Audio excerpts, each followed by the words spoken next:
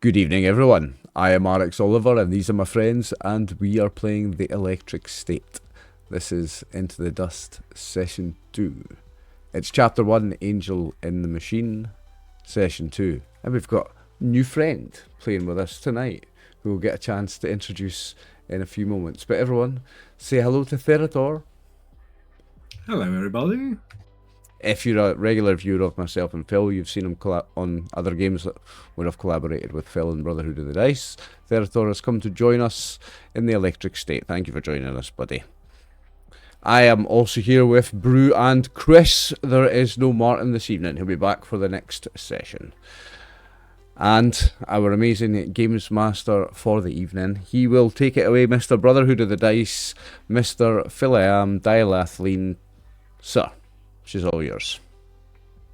Applause. Okay, thank you. We just jumped straight in with a recap from last time. So, previously on Electric State, a mismatched group of characters thrown together by chance or fate began a road trip from San Francisco Memorial City to the Black Belt Exclusion Zone. All have their reasons, though for now at least, these remain a secret. Along the road, they have encountered more signs of the slow and gradual collapse of the world we know. Businesses and homes abandoned as the static-like hiss of the dust blowing across the landscape encroaches more and more upon what remains of civilization. A marker of the slow and inevitable tide of our demise. Along the road, they have encountered those lost to the electric state inside their neurocasters and strange childlike drones. In such strange times, forced into close proximity with each other, the relationship between these four strangers often brings emotions to the fore, and tensions ebb and flow, both good and bad. Since leaving behind the strange drone, Nancy has been particularly quiet and moody. Having nothing more than the clothes on their backs and the few possessions they could carry and little to no money, the travellers are becoming tired and hungry. It is early evening. With just over half a tank of gas remaining, they are approaching the outskirts of a small town. And that's kind of where we left it, so that's where we're going to begin. Cool. So, you are approaching the outskirts, the suburban outskirts, kind of satellite towns around the larger town of Stockton. You've travelled about 120 miles so far today. We've got half a can of... We've got about just over half a tank of gas left. It is coming up to 9 o'clock. The sun set about an hour ago, and it is rapidly getting dark. You're all getting tired, particularly Francis, who's been at the wheel all day. We've had half a can of food each all day. You've had half a can of food each, which is not enough to sate your hunger. So yeah, everybody is really hungry, getting tired, fed up of being stuck in the car. But perhaps a little hesitant to get out after the last encounter. I've got a question about the apocalypse. So, okay, give me a question about the apocalypse. How apocalyptic is it? Is there shops? I can't go into a shop. I can't just go to a gas station and get some Twinkies, can I? So there are still businesses. I mean, it's not like, it's not like a nuclear bomb has dropped. It's just that through apathy, through the fact that, especially since the upgrade to Neurocasters last year, the upgrade to this highly hyped Mode 6, that's when Neurocasters were always addictive, and they use it's a combination of electronics and a narcotic called Neurin, which is addictive in itself. But once the Sentry introduced Mode 6, something changed, and the Neurocasters became highly, highly addictive. Almost anybody who spends an extended time using them becomes addicted and risks being hopelessly stuck inside these things. They're large swathes of the population have just died through not removing the neurocasters, and just literally died of starvation or dehydration. So you'll find houses where whole families are just dead. And a just lot's dead just in their shut down seats. because people aren't running those businesses and stuff. Yeah. But there is still some stuff going, right? There got is ya. still some stuff, but the entire infrastructure of the country is slowly collapsing because people are just not there to do the jobs anymore. There's nobody there to farm the crops, to man the lorries to transport the food from the farms to the factories to produce the food. It's everything is beginning to operate on little more than skeleton staff, and things are closing down. Like whole cities. Well, the just economies will be shrinking. shutting down, Yeah, the economies are shutting down. Whole cities are shrinking. So the central areas of the cities tend to be still functioning and kind of keep up this facade of everything of normality, and they tend to be where the richer people live, and they're essentially become gated communities with like private security. But things are still sort of big business is still functioning. So films are still being made in Hollywood. Big music companies are still putting out new albums and things. There are still like concerts, particularly in bigger areas. But beyond that, at the fringes, it's closing in. It's slowly becoming more and more apparent. So that leads to my main question, I guess, then. What's the chances of a business that sells us some snacks, some food, some sustenance for the day being open in a town how big a town, how viable a place to get food is this town? To just go and buy some, I mean. Yeah, I mean, if there's places where there is still a community, there's still needs, so there's still people filling those needs. What, like in a town, I think it's like most places today, where one time, like where I live, at one time there would probably be about 3 or 4 corner shops in about walking distance, whereas now there's only one. So it's like that kind of as the demand shrinks, so does the people supporting that demand. And in turn, those people supplying those people. So there might be shops servicing, providing what they can for people, but they might have, the shelves aren't going to be as full as they used to be, and they're going to start eventually. They're going to struggle to get certain things. So fresh food is going to be a lot harder to come by, and tinned food and things like this are becoming more and more precious. There is not unheard of for people to be robbed. Or even murdered for supply, for like food and other supplies. Well, Willie stole some money in the last episode, so he would like to try and be a man. He's trying to show Francis that he's a man, and he's going to try and be a provider and find somewhere where we can buy some food and get everybody some food. He's going to probably buy really impractical, unnutritious food like Twinkies and like sodas and stuff. But still, he's going to provide for the family. Francis, who's driving actually just now? Is Francis or Erika? It is Francis. It's Francis who's driving. Yeah. Francis, there must be someone around here we can get some food. What do you think? Think we could stop? Shut up. Do you not think I'm thinking about food? Do you not think I'm hungry? I'm twice the size as you. I think you need to just shut up and sit there and not talk about food and instead think about your girlfriend. Huh? Look, he goes bright red when he said that. Look, man! I'm just trying to help. I want to get us some. I'm just thinking about what we can get. Yeah. Do you know? Talking about food really makes it fucking appear in front of you. Is that what you learned in life? Yeah. I'm sorry. Okay. He's pissed Francis off because Francis is hungry. He's talking about food. I get it. I'm sorry, okay. Francis. He shuts up and he lights a cigarette. Does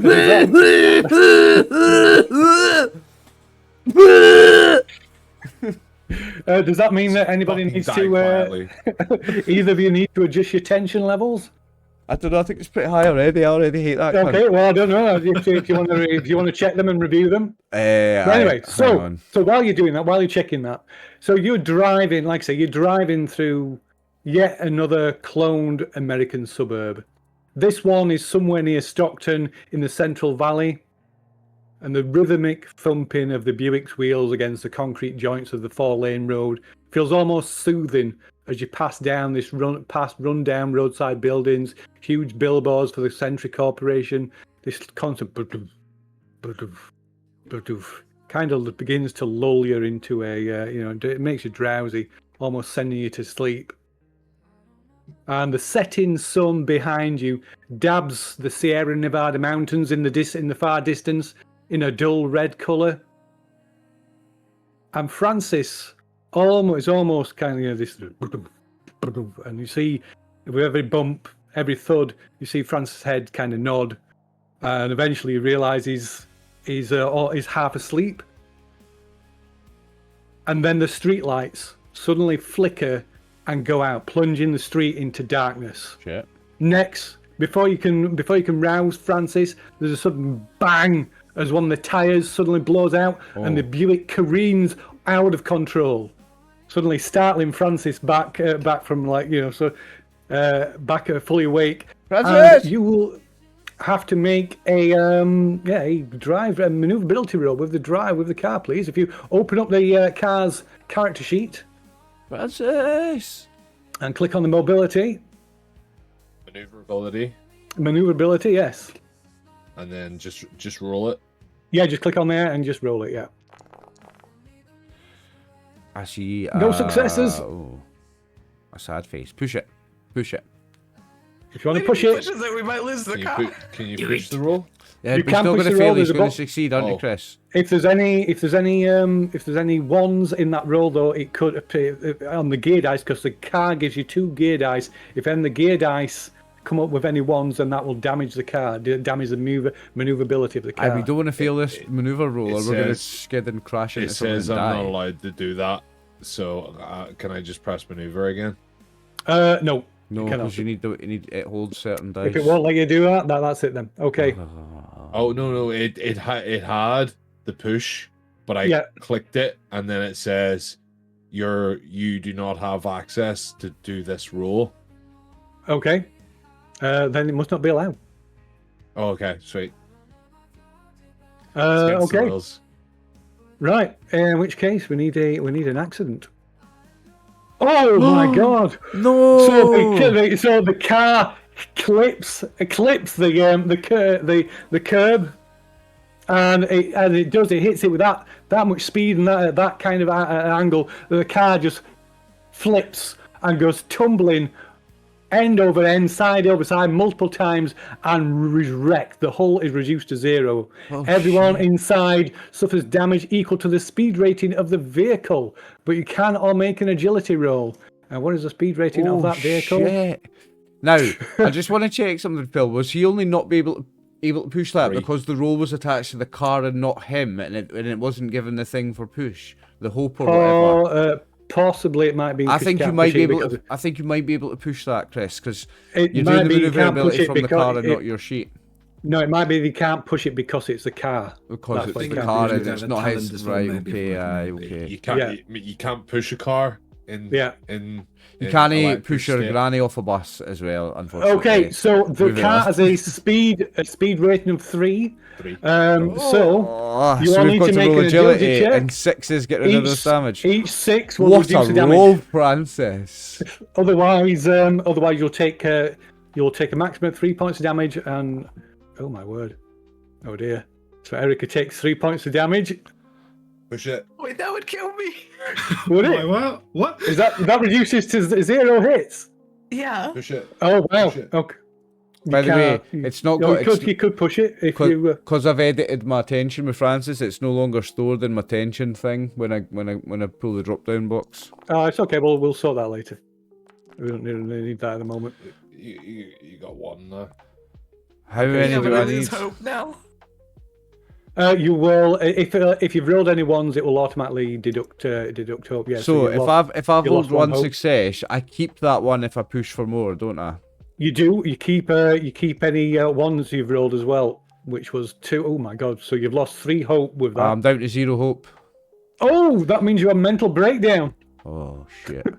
So we'll deal with that in a minute. But I'll only take 2 physical damage though, right? Yeah, you take 2 physical damage. And that's health. Yeah, that's health, and My hope's Erika down to takes 0. 2.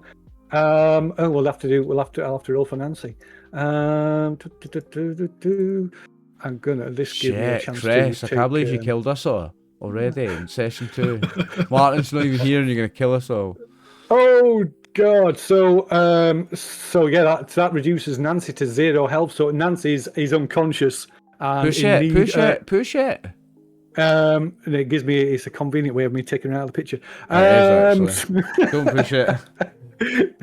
So yeah, So anyway, the car goes tumbling end over end and finally comes to a rest, leant up almost like at an angle against one of the street lights, the poles, and the car is smoking. There's like the fuel. There's fuel and oil and water leaking out of out the busted front of the car. So everybody is like is hurt apart from Francis. Francis may be the only one who put his seatbelt on. Always the told freaking everyone drunk to. drivers that don't take any damage. Yeah. I'm not drunk.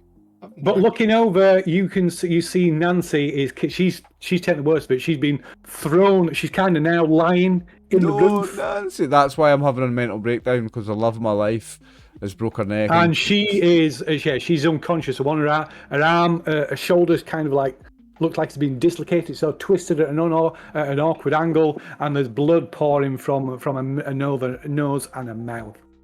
You're checking her over. She's unconscious. She's in need of medical attention. And there's no chance of me doing anything right if I'm in this state with zero hope.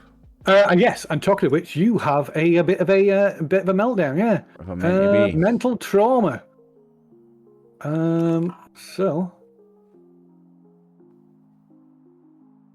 You've had mental breakdown, but rallied. Oh, right, okay.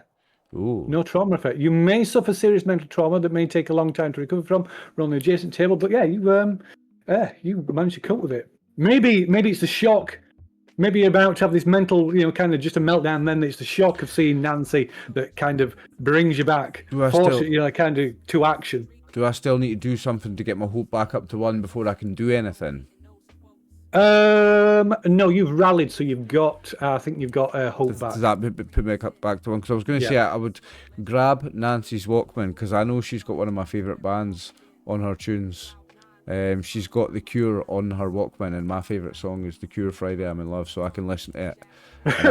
So that would be the first thing you would do. Nancy is like in danger of losing her life. So picture the scene.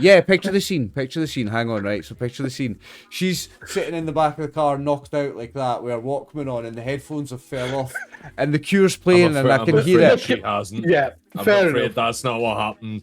She had her seatbelt off, and you felt that she was going to come forward to kiss you, but in fact it was just fucking smashing you in the head, and that's why you took damage. But anyway, she's knocked out. You just see this horrible bloody face of the one that you love, and that's why you went and so she's knocked out, but anyway, her Walkman's lying next to her, and I'm really sad and fucking emotionally hurt because Nancy's like knocked out, and I'm really fearing for Nancy's life and Nancy's safety, and her Walkman's sitting there playing her, and I could hear it playing one of my favourite bands. And as you guys are looking over her or doing whatever, and everyone's worrying about her, I just take the Walkman that's fell off her head and she's not listening to, and I put it on to try and like get lost somewhere with like to pretend this isn't happening, to take myself away to another place, a happy place in music. And because that is my favourite song, and she has that band on her Walkman, I think I can get back another hope. Right? That's how that works, right?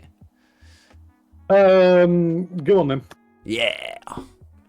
See What me. the actual fuck? Like, somebody go in the trunk and get the medkit, please. So I'm up to 2, right?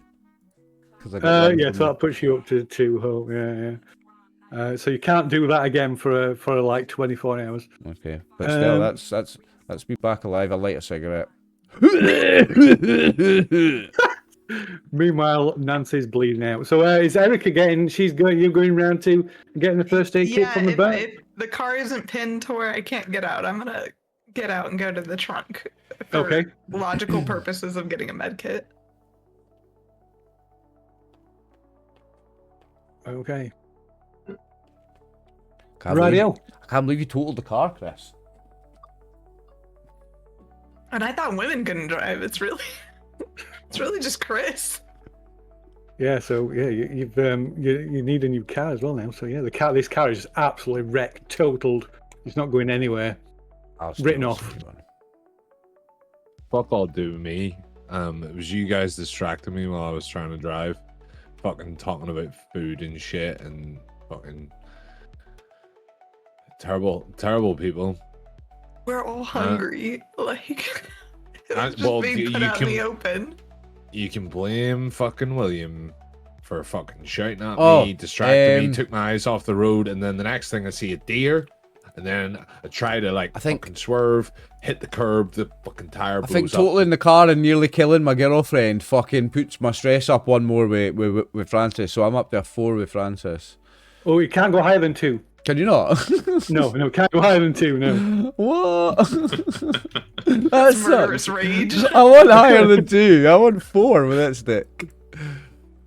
No, higher is 2. So 2, like I said, 0 is nothing. 1 is kind of like, kind of simmering beneath, is kind of hidden. You keep your feelings to yourself. 2 is like you let people know how you feel. It's fucking Whatever that idiot. be- that will They be. just nearly killed us all. I want a 10 on that. Are you gonna do the first aid, Erica? I mean, were you a combat medic or something? Like, what did you do in the service? Like, because I obviously wasn't driving under high pressure situations. Well, it'd probably help if I wasn't hungry, but let's not talk about that. I of course did a bit of first aid, so like I can deal with this trauma. Like it's not gonna do very much for me seeing someone bleeding out, and if she dies under my wing, then I'll take it because I don't fucking like the kid. Well, that doesn't reassure me that you're gonna do a good job if you don't like the When person. I hear him saying I don't like this kid, I walk away because I'm seething. She's a good kid. She's just misunderstood. Tuesdays my heart. Well, if you would prefer Friday, to do I'm science, in love. I will let you go. I'm ignoring you. I can't hear you. Patch up Nancy.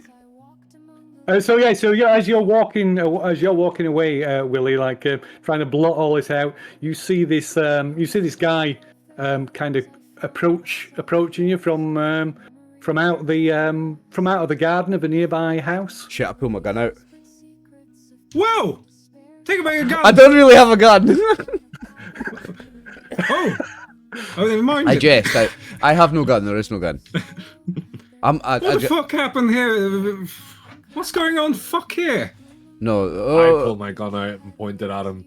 Oh, whoa, Don't whoa, fucking whoa, whoa! move. Whoa! No need to be hasty. Francis, Sorry to be whoa, hasty. whoa, This Francis, is no. this whoa. is who you see. Right? No, that's Kurt Oh my Cobain. gosh, this is like Tommy Shaw. Okay. I was literally about to say, "Don't fucking move, Kurt Cobain." Kurt Cobain's there. It's Kurt Cobain. It literally is Kurt Cobain.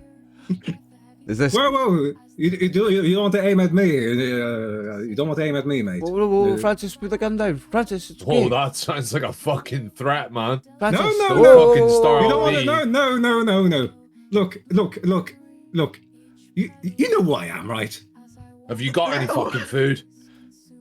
I no, I think don't- food is the least of our worries right now. Do you know how to? I'm gonna Are fucking you a eat this surgeon? guy in a minute. Wait. I can help you all. If you put your gun down, I can help you. Put your gun All down. All right. Pull the wrench money? out from the back of my waist. Like. Okay. The money. Are you gonna help money. us? I will help you. I know a person that can maybe help you with your injuries and a place to stay, but I want something in return. Because you're at the end of a fucking barrel of a gun. I don't think you have a fucking choice. Look, it will be worth your while. Look, I'm famous, you see. Okay, What's what fame is mean? it? What is it that you want? Look, your car is wrecked, right? But you want to go move on, right? Thank you, Captain Obvious. Yes. Yes. And Yeah. are you all by any chance on your way to Las Vegas? To the neutral zone? Nowhere specific. Yes. Are you on your way that way by any chance? Maybe. What's it Oh, to you? Yes. Anyone can fucking tell that. That's the way the car's pointing. Well, It's not. Ish. It's pointing fucking up skyward, mate. It's flipped on its arse. Well, It's pointing that way and that way. Look, I need to get my ass over there for a very important gig. Like I said, I'm famous, you see. I need to get to a concert I'm playing. Like, I'm Kate Draper. And I'm just waiting for a response. Have I heard them? You can let me see. I'm young and dead into music. Like, you can just roll a d6. Don't roll anything. Just roll a d6. I mean, I've heard of Kurt Cobain before. He does look a little bit like Kurt Cobain. Just yeah. a wee bit, eh? Just yeah, some sad guy who's trying. Oh wow! So yeah, you have heard him. So yeah, you've heard this guy. He did kind of fashion it like a bit of a Kurt Cobain copycat. He is or was a founding member of the band Bliss, which is a really big. Bliss is quite a big band. Yeah, I've heard of them. But he was before he was a member of Bliss before they had a record deal. And he's not in that big famous band now. He does his Oh own God, solo no! things or something now. I'll tell you, give us rolls another 6-sided dice. Alrighty. Okay, so yeah, no, he's not in the band anymore. He's been replaced. They got a new. When they got a new record deal, they replaced him, That sucks for him. and he is just a footnote on MTV.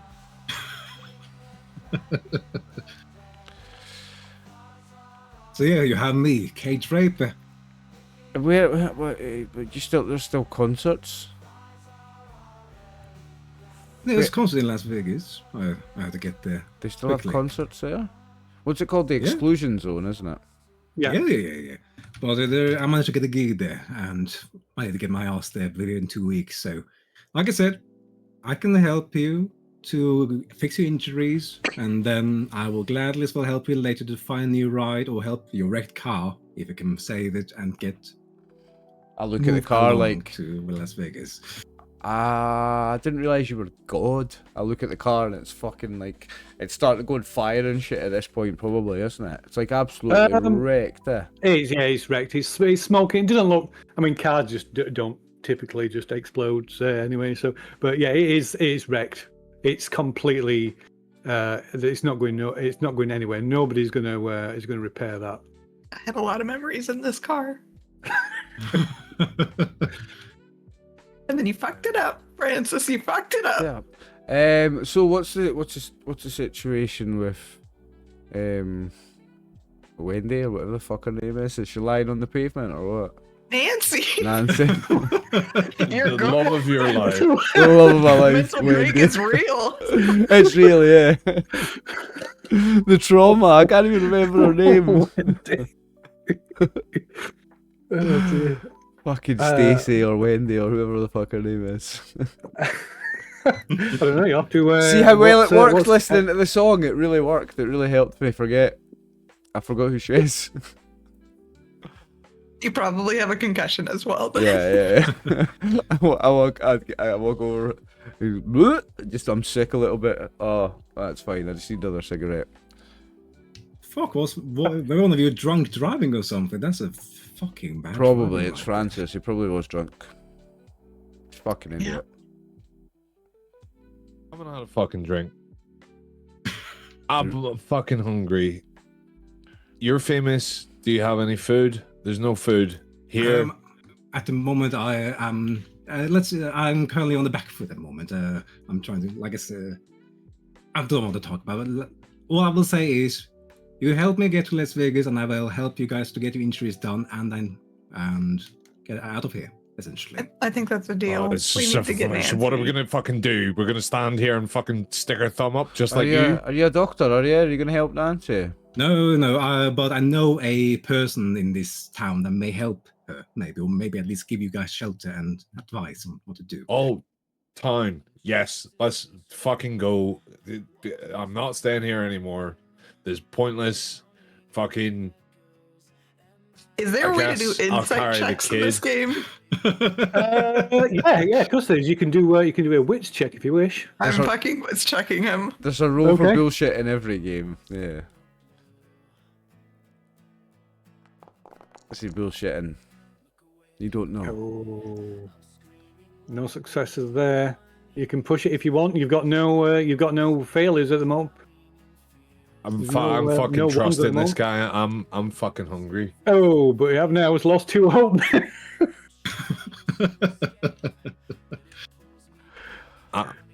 So you've no idea. Francis You've no trusts idea, them. but you're running short of options, and Nancy is in a bad way.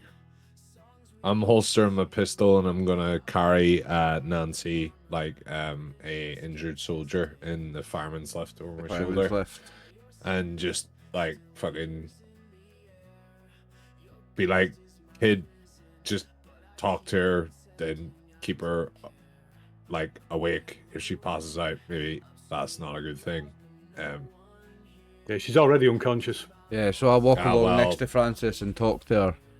No, Willie, get back here. Siphon the fucking gas out of the car and put it in the jerry can. Not again! Please don't make me do that again. Listen, Alright, I go wouldn't ask you teach him unless how we to needed do it. Yeah, I'll Alright, go teach him how to do it. You're such a perv. Get out of here. Oh no, I'll go and reluctantly fucking do it because I'm an idiot. Okay. It's because I picked up fucking Nancy and have her over my shoulder. I can't fucking squirt more petrol in his face before he does it. Yeah, I'll go siphon the petrol back out of the fucking car into the jerry can. Okay. So the rest of you waiting while he does that? Are you? I'll grab the med kit and anything else. The fusion core or whatever it was.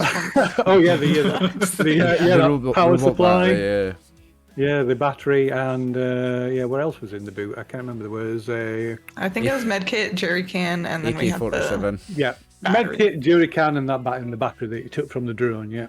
And I'll give a little kiss to my car. Thank it for its memories. Let me give you the first aid kit. I can't believe you fucking totaled the car on session 2, Chris. Sorry, do you want to go back in time and you can roll to see whether or not it fucking does it with its one chance, one opportunity? That was the one fucking one second shot second maneuver that I'd done. So, you know. Oh, we were never getting to First one Vegas was with you successful. driving. Erika, you're driving when we get a new car. Hey. Alright. I mean, probably. At this point, I would do a better job. Oh, actually, let's go to. Let's go to world, doesn't it? The jerry can. So yeah, you've got the jerry can, Will. So you can fit in. It's not giving it. It's on the tab, do we? Yeah.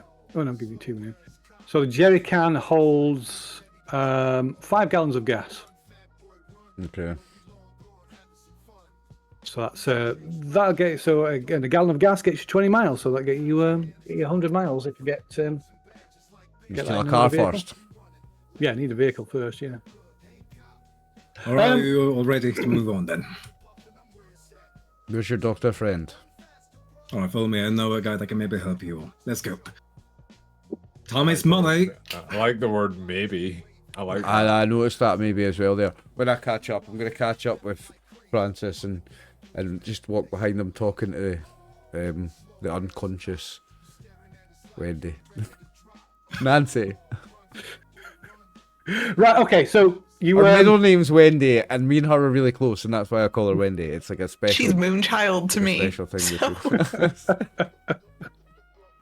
So you follow on after Cade, who's probably leading the way. You're walking down this wide 4-lane street, like I say, in these suburbs, this suburban outskirts of Stockton. And suddenly the lights, all the street lights, flicker and come back on. And Yeah, and you maybe probably passing a sign. I don't think you need to. It's easy to make a roll for this, but it seems a bit silly. So you pass a sign, and you are entering the community of Littleville. Littleville. Cool. Littleville. Player me is thinking that Cade might be a demigorgon. And these lights flashing are on his arrival and departure. When the light flashes, I'm gone. And during the flash, I'm gone now. So yeah, I'm going towards this church. So here is the well, the car's kind of the car's here. So we'll say the car's here. All right. R.I.P. car. You made it all the way through session 1. So, you're taking them to the church? Yes, to see a certain guy that I know. Okay. This better not be a Okay. trap. I'll kill you.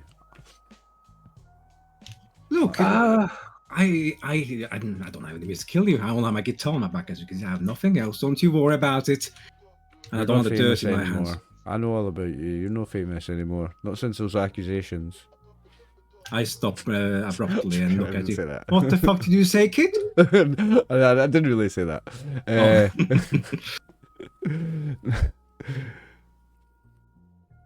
Yeah, come on. Let's go.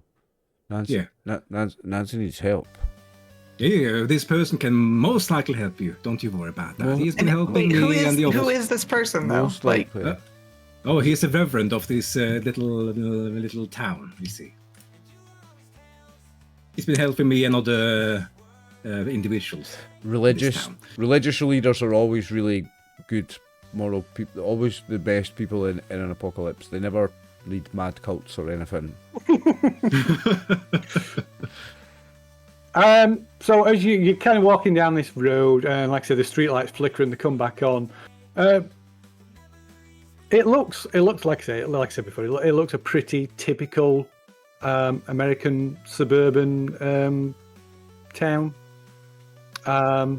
You can see, like most places, you can see the signs of it being largely abandoned. And all these streets running off the main street, off to your left and right, seem to be like residential, mainly residential houses, and they all show signs of being mainly abandoned. There are a few cars. It's kind of, some look like they're parked on the road. Some look like they've just literally been left in the middle of the road and abandoned. And the are road there any itself. that could fit like the number of people that we have? Yeah. There's probably. Is there any that are like similar size? Is there any now in America they call it a station wagon with a big extra long boot that we could lie somebody in the back of? Yeah, I would Somebody that's imagine so. unconscious. Let's find Yeah. something like that. Yeah, like I said, there's quite a few cars lining the street, but yeah, it'd be, why not? It'd be Are easy you to find actually something are like you that. actively looking for a car to take, Erika? Because I'll help you with that if you want. I mean, I think that we have more pressing matters, but just making mental note of where something might be. Right, aye. So I'll start also taking mental note of where cars with like long backs and stuff are. Yeah, okay. Like, or if I mean, there's there's an not, ambulance there's or not, something even better. there's not hundreds of them, but there's probably you can see lined along this street, running from where you are into the distance. You can probably see a couple of dozen cars. Is there a hospital or a medical centre on this map? There's not. I was thinking an ambulance would be a great vehicle in an apocalypse. See, so, for someone who's in love with this fucking girl that's on my shoulders, you don't seem to give much of a fuck about her when she's dying. So I'm just going to use Cade's He's token. pretending like he doesn't give a fuck. He's trying to be cool. I'm just going to use Cade's token to show where you all are at the moment. If you split up into different places, then that's fine. But I want. so yeah, it seems to be leading towards this this building, this one particular building. It's quite a low wooden building, quite nondescript. And it's only when you get closer that you can see a kind of white sign with those kind of black letters. It would have been like a lit, like lit from behind. But the bulb is gone, and it's not until you get close that you can see the black lettering that says it's the Church of the Angels. And next to it is a large parking lot and a large ash tree. The parking lot's round where you can see it. This is the ash tree, and there's a big parking lot at the back. And your Dr. Reverend friend is in here, aye? Yeah, he's in here. He will help you all, trust me. He's been helping me and other people in my same state after coming here, so don't you worry about that. What exactly is your state? She's been knocked out. Being She's not a drug stranded. addict. We will leave it at that, stranded. I think you can make if you want to anyway. You can make another wits roll, Erika, if you want. And I will let you have a. I'm going to let you have a bonus dice. So I'll let you roll another dice. Just roll another d6 off the dice tray at the bottom. Okay. Yeah. We're about to all get like cannibalized or something. You are my dinner tonight. Yeah. So as you get close to this church, you can hear the muted strains of people singing hymns coming from inside, and there are lights beyond the blinds. You can see kind of chinks of light from within. Can I walk up to one of the windows and try and peek through the blinds? Yeah, of course you can. Yeah, peer through. I mean, there's only a little bit of gap, but you kind of look into one side. You can see through, and the building seems to be. You seem to look through into the building. Seems to be made up of one main room. There's obviously other rooms, but from what you can see, the room that you're looking into it takes up the majority of this space, and there is it's quite a plain hall. It looks like a community hall. It's filled with chairs, and there are probably about a couple of dozen people currently sat in the chairs, singing hymns. You kind of peer through. You can just about make out near the altar at the front of the at the far side, the opposite side to what you're looking through. There's like a kind of rudimentary altar, and you can see a man in with the traditional like reverend's outfit, the black coat, the black shirt, and the dog's collar. The only thing that well, not unusual, but you definitely notice it. They're all wearing Eurocasters, and you can see the seats that aren't currently occupied. You can see there's like a Eurocaster in each seat. So what kind of church is this? What kind of assembly is this? I haven't been here too long to know, but I know the Reverend here helps people in need. The other people in this town is not very welcoming to stranglers. But like, how has he helped? Like, what happens to these people? Like, do you physically see them get better? Are they? I mean, I see them getting better morally and get some tiny bit of shelter and some food sometimes by the Reverend if he has something to spare. I mean, we are hungry and we do need some medical attention. I don't think we really have a choice. At this point, I'm getting really. I suppose because I'm injured. I'm getting really tired now as well. Like hungry, tired. I'm feeling very desperate. Feeling much despair. Don't fucking eat Nancy. I'm gonna odd comment. I'm gonna hang back a little bit and kind of whisper to Francis, do you still have that knife? I do, but we're not eating Nancy. I've seen fucking Lord No, of I the know that. Flies. I'm not.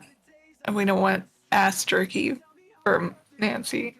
But if things get sketchy in there, I don't have a way of protecting myself, and it looks like you have a gun and a knife. So, are you willing to part with the knife? It's in my back pocket, and like attached to my belt. If you reach over, you can grab it. Do you know how to use it? A knife? Yeah. I mean, is it like a combat knife? Is it a flip knife? Like, what are we talking? It's a knife. It's a combat knife. Use Yeah. the point. Okay, you then know how to you- use it. You pretty much use the pointy end. It's no rocket science, Francis. Did anyone? I know, but ask some of you those while you flip were- knives Shut are the fuck pretty up. You're not confusing. in this whispering conversation that we're having right now. All right. I will grab the knife off of his belt. Okay. Stick him with a pointy end. Thanks, Francis. Thank you. Yeah, no worries. So, an intelligent woman like you'll do well. That was oddly nice. Thank you. Okay, so I think that's a good point as well to remind everybody that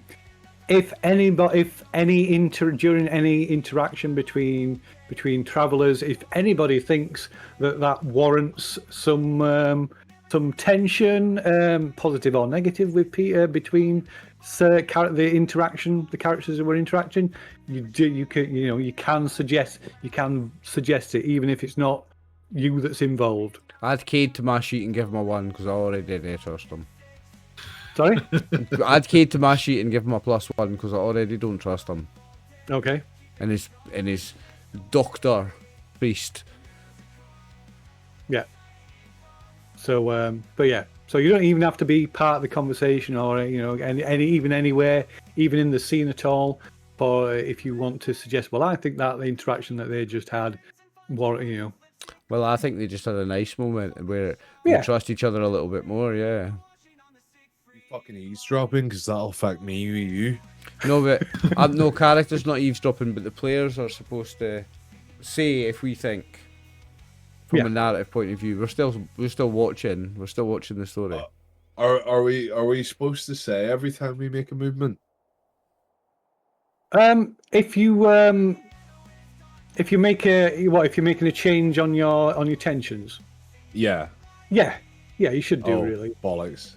Sorry. I mean, it doesn't. No. If you haven't, it doesn't matter. It's not like that's. Chris will be sitting changing his every 2 seconds like a fucking mixing board. No, that's fine. That's fine. Don't. I've been changing them constantly, Scratching like a throughout. DJ. It's helpful if you do, but don't worry too much about it. I've only really mentioned it when they've went to level 2 because that's when they know. Yeah, true. So if I'm a level 1, then I'll just not say anything, but I'll be like, I remember that. Yeah, no, that's good. Yeah, that makes perfect sense. Well, I've got a 2 tension for you because you're a dick, and a 2 sexual tension with Nancy because she loves me. She's unconscious right now, but yeah. You don't give a fuck. Maybe I'll put the sexual tension down from a 2 to a 1 while she's unconscious. Yeah, I think that would maybe be a wee bit becoming. So if the name drops from your tension things, if you just click on the pencil to bring up the editing window, it should put it back. All right. Oh, why have I got a 0 in Francis? I've got a 2 in Cade and a 0 in Francis. I want 2 in Francis. Yeah, you can just edit it and drop and change the names from the drop down menu. Mine have stayed this time. Yeah, like I say, sometimes they'll fade. If it does disappear, you can generally just click on the pencil to edit it, and it'll reset. Mine It'll have bring stayed it back that again. time. Happy days. Okay. So yeah, I interrupted the flow of things a little bit there, but yeah. So what are you doing?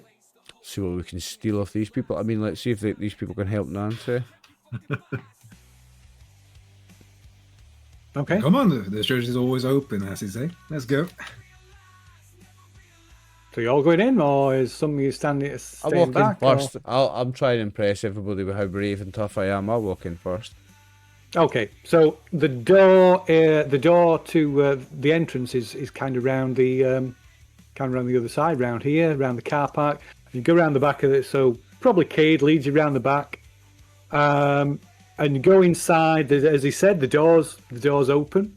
Although Cade maybe seems a little hesitant and a bit unsure when you and lets you open the door, and he kind of almost looked a little bit surprised that it is actually open. But going through the door, it essentially like into a short hallway, kind of like that doubles as a cloakroom, and then there's another door that goes into a washroom, and then another like a set of double doors that obviously leads into the church hall itself. I will have hung back a moment to tuck the knife up my sleeve and to place an item in my cleavage. So, you know what? You're probably better taking like the whole thing off my belt, because it's like a little belt, like a satchel with a thing, so the knife slips into it, because it's that's the sheath it's for a it? proper knife. Yeah. So you're probably better taking the whole thing. Okay. So that's what you would have done. You wouldn't have just went, "Oh, well, I'll take that out of the sheath and just stick it in my bra." You know what I mean? I wasn't sticking the knife in my bra. No, I know, but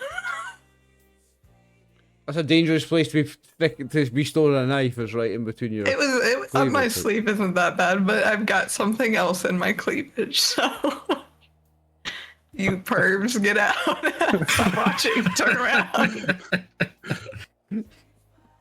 I'm not about to stick things in my prison pocket, so next best place for a woman is the bra. Oh, I can't believe you said prison pocket. You. Oh, okay. So Francis is still carrying Nancy, yes? Oh. Yeah. And is Francis going into the church as well? yeah, because that's where okay. the Don't be scared, Francis. It's Doctor okay. is- I've got this. Don't be scared. oh, shut the fuck up, kid. Okay, so you all go into the church. Erika kind of hanging back a little bit. And you going? What are you doing? You waiting in this kind of entryway, or are you just going to open the doors straight into the church where the congregation is? I'm looking around for the operating theatre or the medical table or the medical instruments this guy said this Dr. Priest would have. Yeah, this is just clearly just a community hall. I would imagine the life support that machines Cade and the defibrillators. Cade is. I'd imagine, because Cade has brought us here to see the doctor. Cade is going to be leading the way, and you're going to be helping hold the doors as I carry a body through, and then I don't know what Erika's That's right, doing. Francis. That's That right. would I'll hold the door. that would be what I'm imagining. I'll you make know? sure to hold the door extra wide so that Erika doesn't bump her head. So that Nancy doesn't bump her head. Oh my god! I cannot remember people's names tonight. I'm sorry. It's not people's names. It's only Is female that a jab names. at my ego? I took a lot of damage earlier. It's concussion, right? That's what it is. No, I was talking. I meant Nancy, because Nancy's getting carried. She might bump her head because he's not looking. If firemen's carry traditionally, the head's at the back, so he's walking through, and because he's a big dumb idiot, he's gonna turn around too quick and bang her head into a door or something. So I'm holding the door extra wide so this dumb ox doesn't bang her head. Okay. So I guess you kind of all inside this entryway, and everybody's looking to you, Cade. Yeah, I'm just going down the hallway towards the main hall and say, "Reverend, you're here." Okay. So you just go walking in. Yeah, I'm just go walking in like I own the place. Okay, so you walk in, and as you walk into the hall. Like I said, there's maybe seating for about 50 people. There's probably about half of that in here at the moment. Every seat, in every empty seat, there's a Neurocaster, and everybody, including the Reverend, is currently wearing a new Eurocaster. The kind of like a budget kind, the cheapest of the cheap. And I guess that's normal in churches now, right? I suppose the services I wouldn't switch to being done on that. No? I wouldn't say it was normal, but it's not not uncommon. It's not a surprise. Right, okay. It's maybe the first time you've seen a church doing this, but it might be unusual, but it's not it's not really a great surprise. It's not, kind of think, well, Yeah, that's what I'm thinking. It's just an HD texture into what the church looks like. That's what I'm imagining, because the church probably looks like run down and dilapidated. You were right the first church time. In Back to the Future, Back to the Future 2, specifically. Whereas when they have the Neurocasters on, it's in all its opulence. Yeah, they think it looks amazing. Yeah. Yeah. Yeah, so as you go in, as Cade pushes open the door, the Reverend is just concluding a sermon, and with that, as he finishes his quote, reading something from the Bible to close the service, he removes his Neurocaster and instructs everybody, and everybody else in turn removes them as well. Oh, that's a good thing then. And as he does so, the Reverend's takes it off and looks up and sees this look of surprise on his face. Oh my Lord! And he comes, he hesitates for a moment, but then he comes rushing forward. Are you people all right? Yeah, just down this reader, Reverend. Could you help them, please? The girl, she play.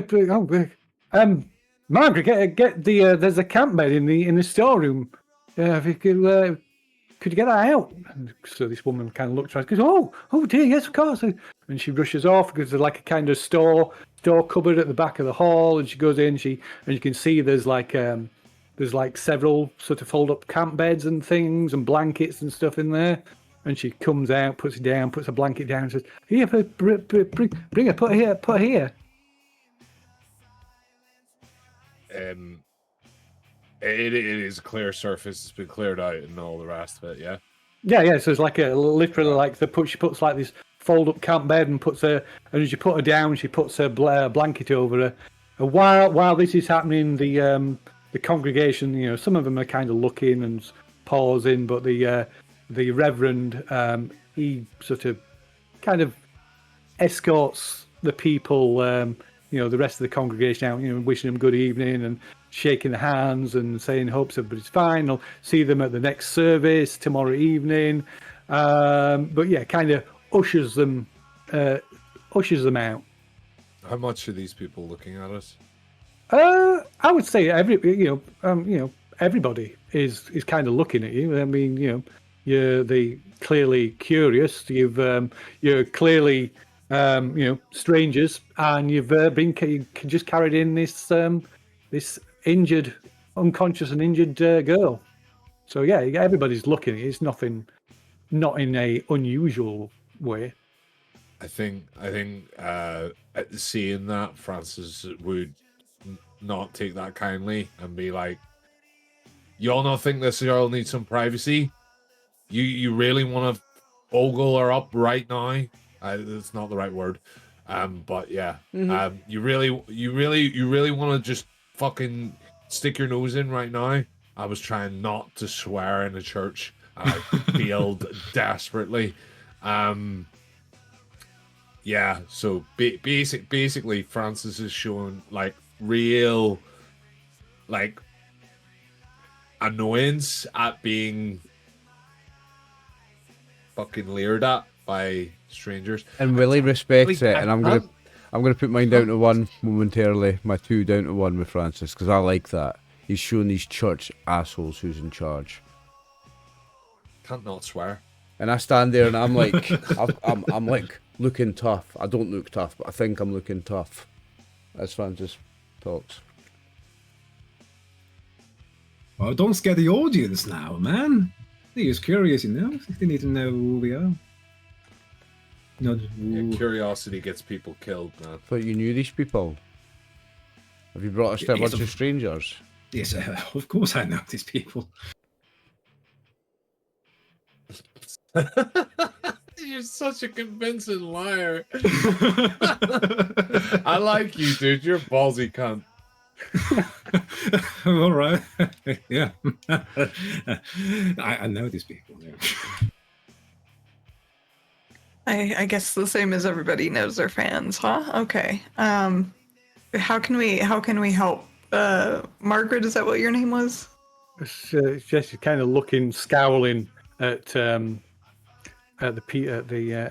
men for the clearly shocked at the language they've been using. Forgive them. Been a hard day. I believe you swore in a church, Chris. First you right off the car, and now you're swearing in church. Can't take you anywhere. I'll go and get the first aid kit. For forgiveness. We have one too. If you guys don't have enough supplies. Oh, that's okay. It's a little more than just a basic kit. Just keep an eye on her. She looks in a bad way.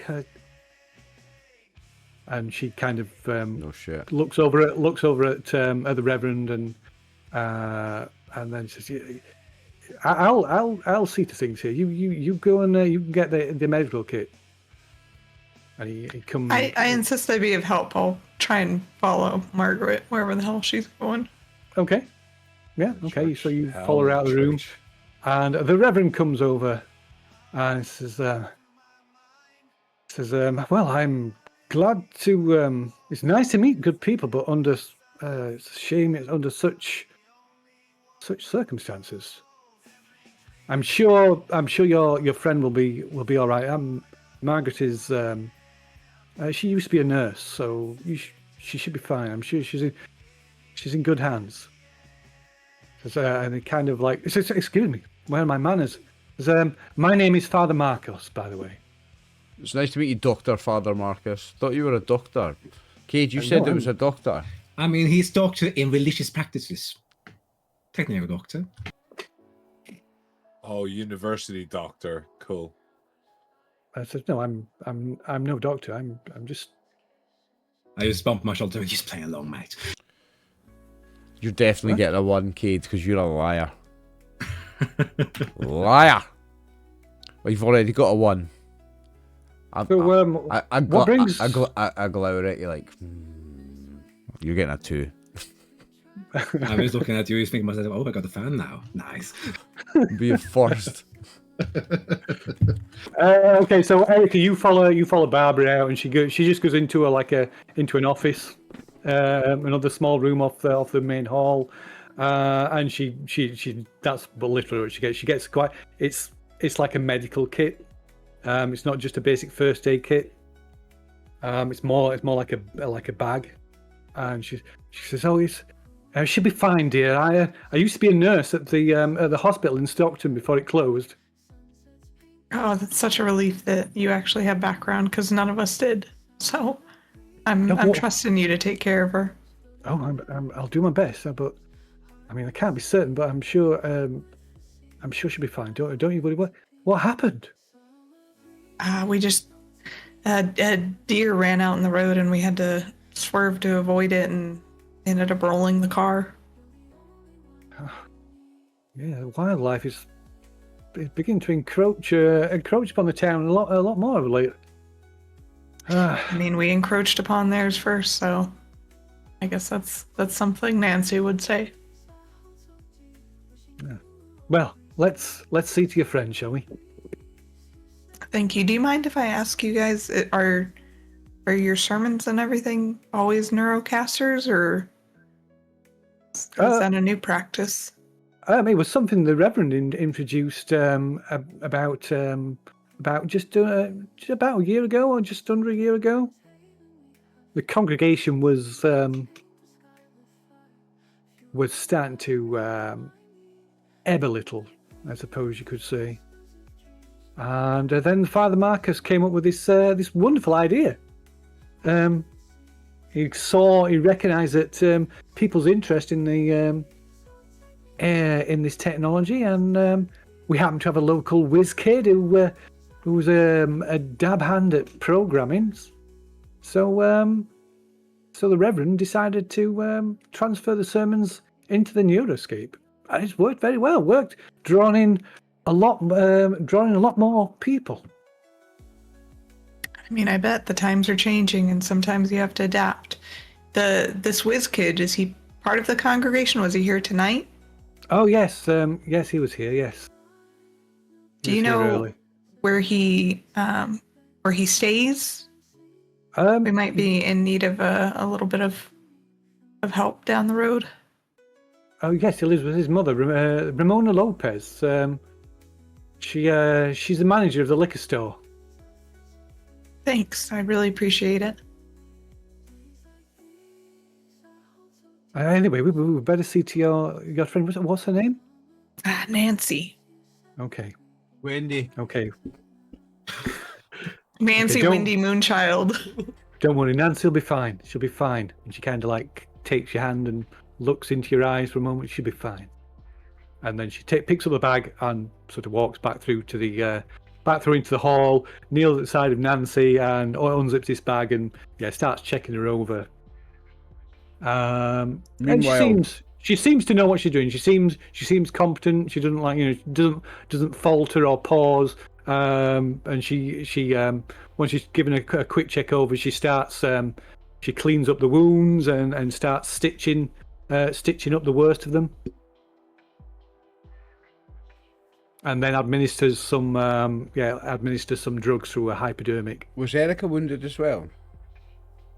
I think you've all taken some, apart from Francis, you've taken some minor injury, haven't you? I'm 2 wounded. Erika, did you take some as well? I did.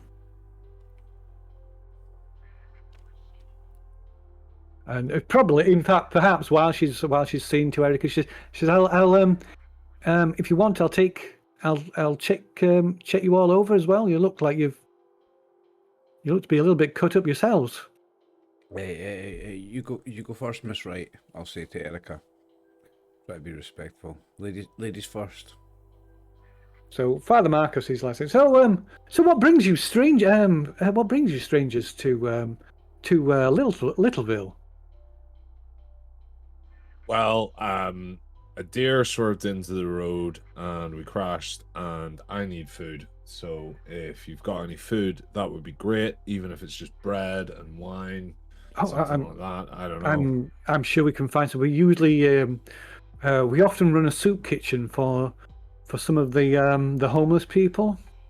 Love soup me. Yeah, that's great. I'm afraid it's nothing. It's a church. Let's get some of that communion bread on the go. Some of that body of Christ. That's the really fulfilling shit. Let's get some of that in us. Well, I would appreciate it if you refrain from using that kind of language though while you're inside. What you do outside is your business, but this is a house of God. Yeah, for goodness sake.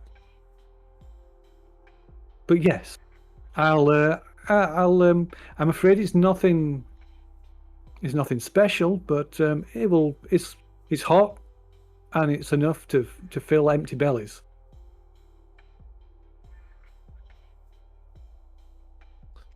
Nah, honestly, that sounds really good right now. I'll go and get you guys soup while you're getting tended to. Okay, so the Reverend kind of like says, I'll show you the kitchen. Okay. And so it leads you off to another. Again, it's just like another little poke. It's little more than like a tiny, little square room. Barely enough room for like a small worktop with a couple of cupboards, and there's like a gas, like a portable gas stove on the side. And the cupboards are just full. There's a few pans and bowls and things, but the cupboards are full of like things like tinned soup and like vegetable stew and all that kind of stuff, as well as like rice and pasta. The real basics. Says, so where are you heading? Oh, what's your name's Francis? I heard you. Is that right, Francis? I'm sorry, I don't talk to the kind of religion that you are, so I'm gonna refrain from answering your questions, because I don't owe anything to you, and I'm just trying to be respectful, if that's okay.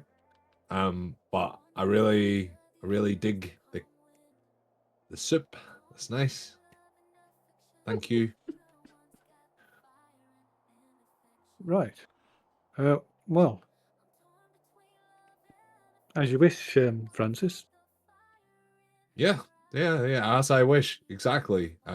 So If you don't mind, if I'll you could go maybe assist. Well, if you don't mind, I'll make sure everything's okay here. Oh, in here, you're gonna stay in the kitchen with me while Yes. I make soup. Oh, Yes. okay, that's fine. That's fine.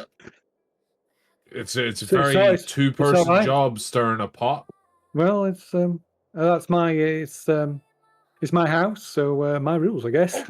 The God's house, This God's is your rules. house. Oh, okay, like I like do. that you changed that. Oh, it was God's house, aye.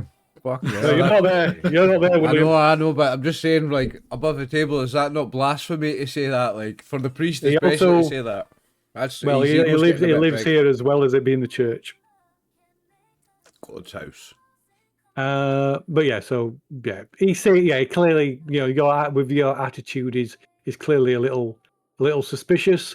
Not surprising. They probably guard their, that what they have Mhm. quite jealously. Yeah. If they've got loads of soup and they're giving it to the homeless, I get that. Yeah. Because as soon as he left the room, I was going to steal some. So- Yeah, I think he wondered. He wondered that, which is why he's yeah. So Look, it's fine. Like I'm happy to do that, but I'm not going to answer any of his other questions. But if he wants to ask me anything okay, else, yeah. So I'd be happy. if he says, well, if you'd rather not talk, that's fine, Francis. There's no pressure here.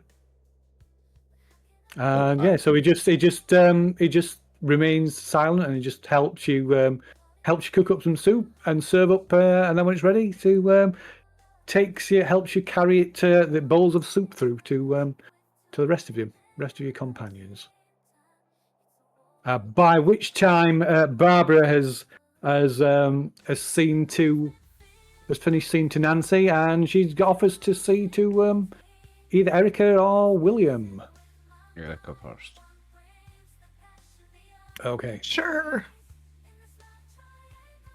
He's trying his best to be tough and cool for the ladies. I'm fine. You go for, he's pure white and he's not fine. I'm fine. He looks weak. Fuck. Ooh. Okay.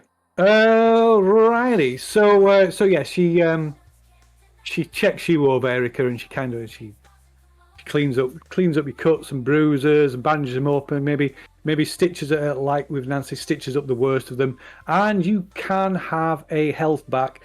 So when you're recovering health, basically, so long as you rest up and don't do anything strenuous, you'll get one health back every shift, and a shift is like 6 to 8 hours. But this is she's tending to this. She's skilled as a nurse, so this is an additional health. So in theory, by the next morning, you'll be back to full health. Thank you, Barbara. She kind of smiles and pats your hand in a kind of matriarchal way, kind of motherly way. Looks at you, smiles, and then she turns to William, sort of frowns at you a little bit, says, "Right, young man." And let's see, she tries to patch you up, and yeah, she patches you up as well. And again, you get a health back, and if you rest for a shift, you'll get another health back. Excellent. Thank you. I will say thank you. I'll be really polite to this lady, actually. Okay, so I don't know that why I've take still got that. the cars sheet on my. I've still got the cars like sheet like ready at the top of my screen. Like that car's fucked already. I don't know why I've still got that up there. So by the time Barbara's finished seeing to each of you, and you've all you've been sat around eating your soup. It's nearly 10:30, and Father Marcus says, "Barbara, you head home. I'll see to our new friends." And so she says good night, wishes you all a good night, and she departs. Thank you, Margaret. I'll say with no sarcasm or anything as she leaves. I'm genuine. Wait, is her name Barbara or Margaret? Margaret. It's Barbara. It's Barbara. Is it? I thought you said Margaret. Barbara. Bye, Barbara. Sorry I called you Margaret twice. I might have said You Margaret could first, but it's Barbara. Yeah. really- General consensus Really is Barbara. hate women's names. So once Barbara's gone, Father Marcos says, "So have you anywhere to stay? Or I do know there are quite a few abandoned houses, unfortunately, here in Littleville, and I know there are those that choose to make use of that. But if you wish, you're welcome to spend the night here, at least for tonight." I mean, I have already found a very good house to squat in the last few days. The thing is, we smell the soup having been cooked now, and this place smells like food now, doesn't it? Like smells like hot food. So that's going to sound very tempting when he says that because of that, isn't it? Soup. I think it might just be hard to move Nancy too in the condition that she's in. Also that, yeah, it's best to keep her as kind of as mobile as not mobile as possible, yeah. Oh, is there?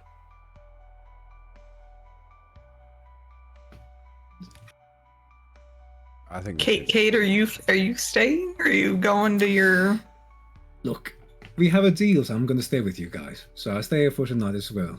I take up my guitar, begin to tune my guitar on the table while we're eating on the table. Are we about to get serenaded? No, this is not the proper stage for this, babe.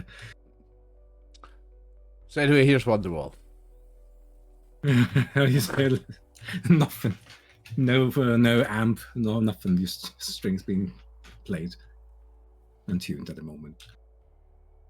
Okay, so while you're doing this, Father Marcos goes around. He goes around the hall, packing away all the Neurocasters, and generally tidying up. And once you've done that, says, "Well, as I say, you're more than welcome to spend the night here for tonight. Anyway, it's probably best for your friend. You'll find there's some camp beds in the storage room over there. Feel free to use the kitchen." Okay. Thanks for that, Father. I guess. Or do you live here, or are you like most? Oh yes, I sleep. I know you have a wee house out the back. No, I sleep in the. I have a room at the back. Oh, okay. Well, you if don't mind. I don't normally sleep. I suffer from insomnia, so you don't mind if like I maybe just like pace about a bit. It's not going to disturb you or anything, is it? No, that's fine. I do keep the doors locked though. Oh, that's fine. That's fine. Well, I'll see you in the morning. Wait, you mean like we're locked in here? So he's the front door, so to get outside, not locking in the hall. Oh, okay.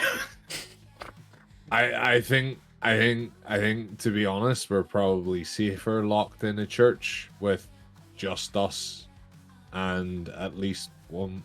The Reverend is gone while I'm having this conversation. Yeah. He wishes, like I say, he wishes you good night and leaves you to it. Because I'm basically gonna say to the guys, I'm like, Kate, you seem like a straightforward kind of guy. I kind of trust you for some weird reason, even though you lie for your teeth. But I just smile at you while you're saying that. yeah, good actor, aren't you? You guys, I know you're not going to murder me during my sleep, but I don't know whether or not anyone else here will. I'm not gonna Not let. that we've anything worth them taking, but I don't know what's in that soup. So we I'll can sleep take in shift for you, shifts. Francis. I'll make sure nobody murders you in your sleep if you make sure no one murders Nancy in her I'm not sleep. quite sure whether or not I want a kid looking after me, nor do I want to give a kid a gun. I ain't a So, kid. I'm not a kid, Francis. I'm a young man. You know it. I mean, with your squeaking voice, it sounds like you're a kid, to be honest. Wait, but William, it's past your bedtime. Can you go to bed, please? Man, fuck you. I'll go walk through the kitchen and see what food I can eat. Okay. And what about everybody else? So Erika, do you want to agree to take shifts, just keeping an eye throughout the night? Because at least we'll get a little bit of a kip. Yeah, that's fine. I've had a couple of things running through my head to try and get some hope back, but I'm sorry, but like I don't trust the kid with a gun, and it's just me and you, because I'm not giving that guy Kid the fucking gun, man. no, that's actually a really responsible thing to do. He's got a pipe wrench, so I think he should be fine. Yeah, we can take shifts if you want. Okay, cool. I don't know why they would murder us, but it's just, you know, it feels weird.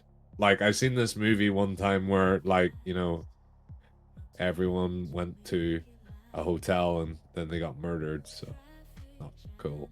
I don't want that to be us. Yeah, is Kate still strumming?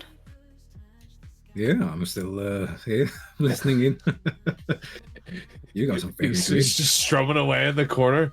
He's doing the Jeff Buckley version of Hallelujah. My world, my pain.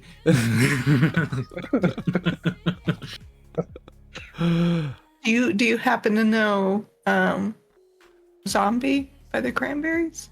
Oh, that's a good one. My character probably knows, but not me.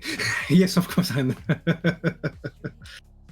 Do you mind maybe just strumming it a little bit? I kind of... It's been a high tension day. Look, you want me to play? You're chefing. I mean, you say that you're spectacular and that you're going for a concert. So yeah, you gotta keep your skills up, right? Like maybe we can. Bliss will not be where it is today without me. You're saying so, of course. I can play zombies, but cranberries. I can do that. Tanks and their bombs and their bombs and their guns in your head. It's a great song. So yeah, try to do a roll for it, because there is a thing I can do with empathy with my guitar. There is, isn't there? Yes. Yeah, go on then if you want to make a roll of it. To see if I'm going to do a good impression on the group. I'm gonna pop a string. So I get a bonus dice while I'm using my guitar on empathy. Yeah, you do. You get 2, in fact. Oh, okay. Let's Yeah, see. With your musician talent. Let's see, how do I increase my dice again? Oh, my gear. There we go. There we go. Yeah, Whoa. yeah. Use your gear from your thing as well. No sixes. This guy sucks. No 6s and 2 1s. So if you push that, you're going to lose at least 2 hope. Oh, I'm not gonna. I'm just playing my guitar. You don't hear any notes coming from all the way over here. You're nothing without effects pedals, Yeah. You're shite on an acoustic. Yeah, so unfortunately, Erika, Cade kind of butchers this song. So it does not relieve any hope or regain hope. Hearing Cade butcher it and like play like 3 blind mice with a fucking string broke, I'm like, he clearly doesn't know the song. If you want to rest, I can give it a rendition. Can I try and sing it? Would that count? Yeah, sure. Let's see. So that'll be Chris, an you have to actually Are do it. you Though. singing me a lullaby? No right dice rolls. No dice rolls. Chris Kid has to sing the Cranberries. No dice rolls. This is getting done live. Chris is going to sing the Cranberries for us. If you can sing a verse from the Cranberries and get it word perfect, I'll give you a bonus dice on your empathy roll. Don't Google. I'm trying to remember the first word. I'm going to look up the lyrics just to. Can't remember how it starts. I do know the song. It's a great one.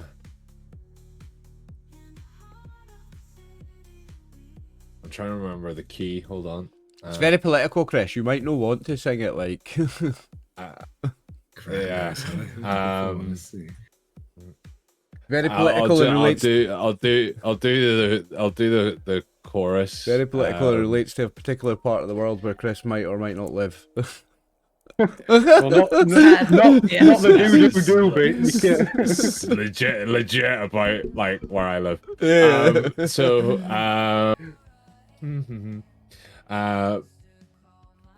But you see, it's not me, it's not my family. In your head, they are fighting with their tanks and their bombs and their bombs and their guns. In your head, they're crying. In your head,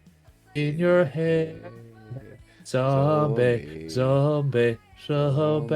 hey. That's it. Yeah. Okay. Well done. You can make a empathy roll, and you can have a bonus dice for that. While he's singing this and taking away my attention from Erika, I'm gonna raise tension because I don't like him taking Chris the is going to get spotlight. battered next to me. Chris will get battered next to me walking down the street. Taking away my spotlight. and you said roll 2 additional dice. Just 1 additional dice. That was worth 2. Oi, oi, oi. Ooh. Well done, Okay, There Chris. you go. 2 instead, then they took more attention from me.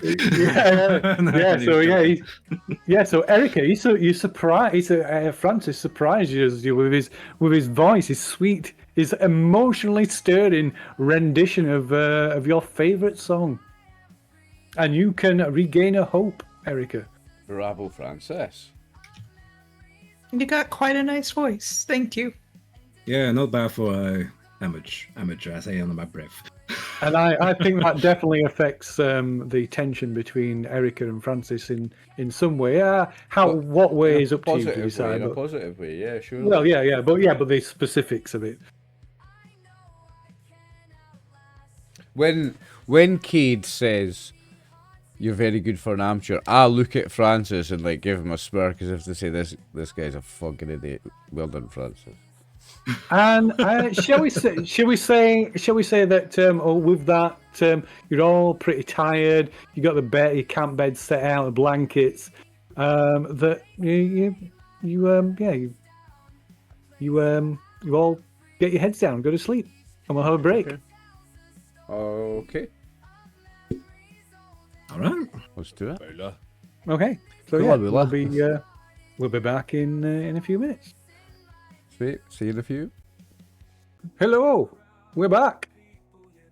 So we'll pick up where we left off. It is the next morning. So yeah, you all get a good night's sleep. I mean, you're probably completely exhausted. So it's pretty much there. As soon as your head hits the pillar, you're out. So if you and like I say, if you rest, get a good night's rest during a shift, then you gain a health back. So that pretty much means everybody is back up to full health, apart from Nancy, who is she gets 1 health back, but for the sake of convenience, we're going to say that she's still unconscious.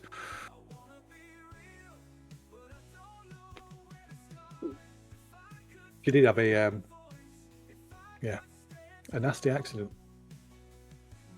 I mean, by the rules, she should receive a physical trauma, but Do probably it. not. Yeah. Martin comes back and sees the character. Why do I have an injury trauma? I suppose we could see what was it, like mental trauma. Punish Martin. How dare he have a night off? Make him a Injury. quadriplegic, and he has to rely on like a mechanical suit. So just roll for it and nothing. Oh, okay. Roll again. She actually rolled for it and got nothing. Martin, you lucky Yeah. fucker. Yeah, nothing. If you're incapacitated but survived, you haven't been knocking on death's door. It's all that peyote that helped. But yeah, so you all awake early. It's probably you wake early the next morning. It's probably just after sunrise, so maybe it's only about 7 o'clock in the morning. Let's push that. I'm going to see forward. can we see what's going on in the kitchen and first thing in the morning and try and get some food in us. Again, I know we had food last night, but get some more food in us. Yeah, sure. Just in case it's a long time before we eat again. You never know. Okay. I mean, this is a church. I don't feel like I'm taking advantage of their hospitality. That's what a church does. What the That's what a hell church do is you supposed to do, isn't it? Stop that. The weather They said they feed generation the system has homeless just where- gone crazy. We're about to get a tornado. Yeah, what's going on with the weather? The weather. It was yeah. Wow, that was weird. Yeah. I'm looking at those degrees thinking shit a top, but no, those are F's, not C's. Yeah. Yeah, nothing but barrel clouds for days. Yeah. But yeah, so it's like it's about 7 o'clock in the morning, about an hour after sunrise when you awake. Maybe you're woken to the by William, who's taken the trouble to make people breakfast. So going into the kitchen, William, you find that most of the cupboards are locked, and Father Marcos has basically put some things on the side. He's put a couple of tins of soup, maybe some like bread.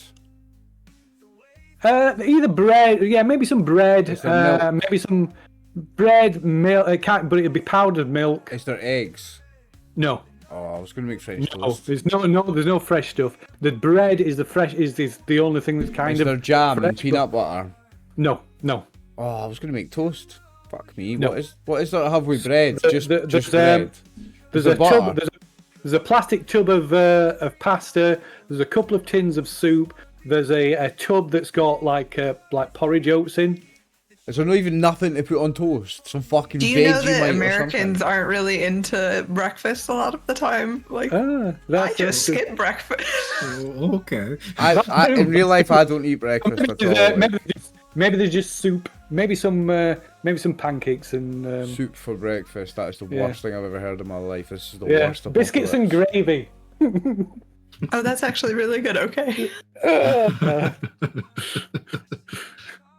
Yeah, I mean, they're essentially like dumplings. Did you really pick that as like a torturous meal, and I just happen to love it?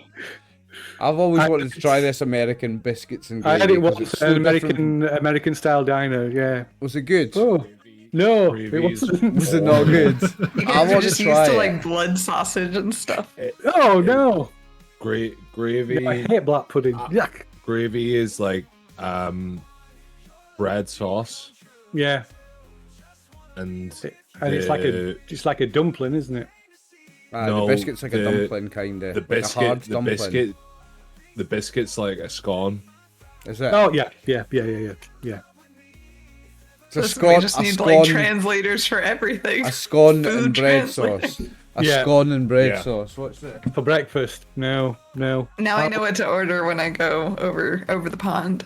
I'll get some I'll scones and bread sauce. I'll tolerate pancakes or waffles and bacon and maple syrup. That's fine. I love that. Go to IHOP. Do you know what? This is biscuits and gravy. Look. That's biscuits and gravy. No, sir. That is You biscuits mean and that's gravy. the literal translation? Yeah, that's a literal translation of biscuits and gravy. Yeah. And they do not go together. I don't think anyone would Aren't have you guys tried into them like together. Vegemite and stuff too? Not me personally, no. No, that's an Australian that's more thing. the Yeah, Australian yeah. Yeah, Vegemite's it's Australian, although it's very similar to Marmite. But Marmite. Australians, Marmite's Yeah, the British Marmite. one. There we go. It's the same. Marmite's the British one, yeah. Australians were British captives, so you know. Nah, I think the most popular things that British people have on toast are just butter or jam. We have jam. What you would call jelly is what we call jam, and we have that on toast. That's the big one. There's no fucking jam or even some butter to put on some toast, Phil. This is the worst apocalypse ever. No, so there's like there's a tub, there's like a plastic, kind of Tupperware with pasta in. There's a couple of tins of soup, and no, I was going to say something like some porridge oats, but yeah, that's probably not a thing. So that's it. Yeah, Who's having pasta for breakfast? Though that is the worst. maybe some breakfast instant ever. coffee, I'll have some of that. instant coffee and powdered milk. But yeah, so you are Francis saying, welcome well, you can by. go home for the coffee. He's like, not for you, kid. Too young. But yeah, you're It's welcome by William bringing in a somewhat meagre breakfast, but yeah, so it brings you all breakfast in. Or well, do you bring everybody's in, or do you just wake everybody up I make to a the breakfast for smell of everybody. you eating your own breakfast? No, I make a breakfast for everybody, but what the fuck am I going to put on their toast, Phil? Well, then tell us there's no bread.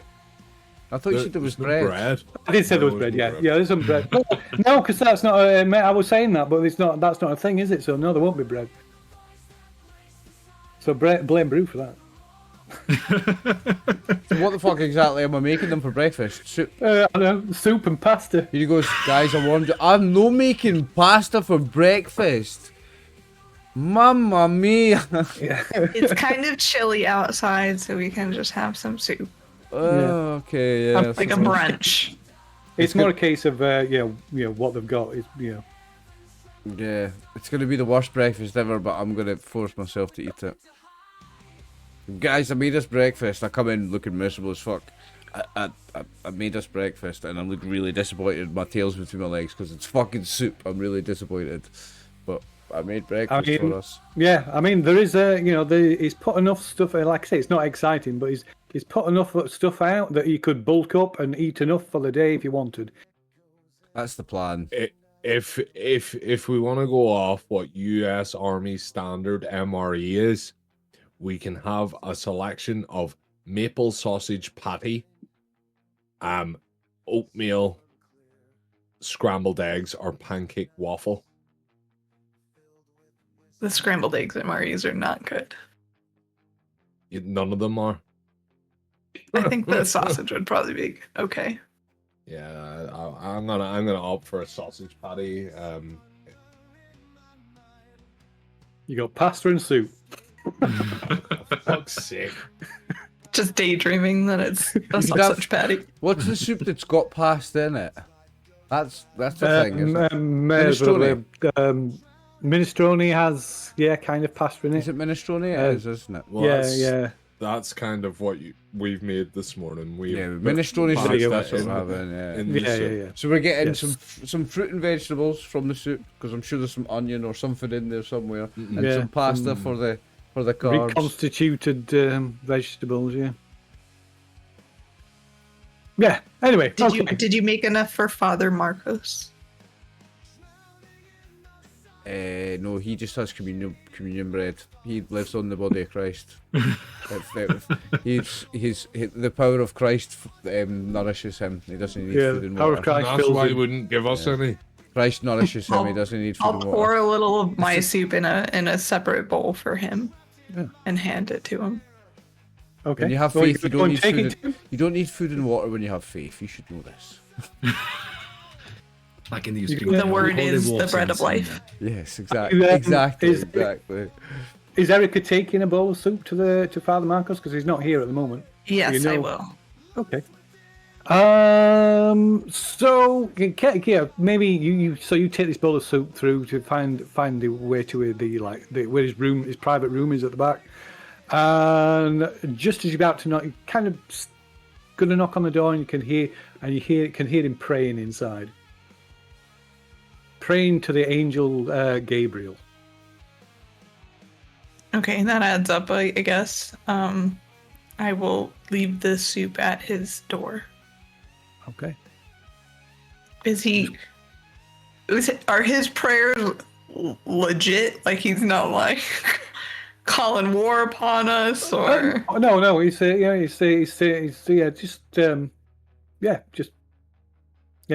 usual thing, just giving thanks and and pray. But he's praying to the angel Gabriel. His prayers seem to be focused on the angel Gabriel rather than God or Jesus specifically.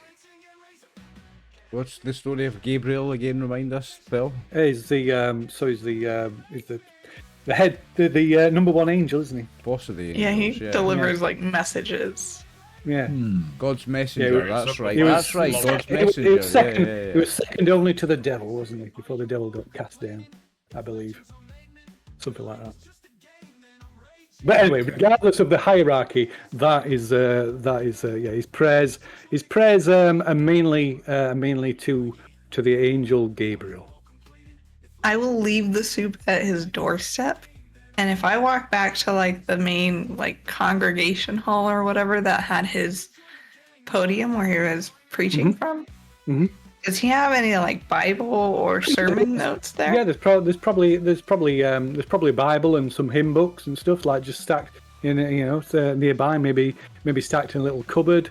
The Neurocasters are all locked away, but yeah, there's Bible and hymn books, and they're perfectly normal. He doesn't have any like scribbles in There's maybe notes and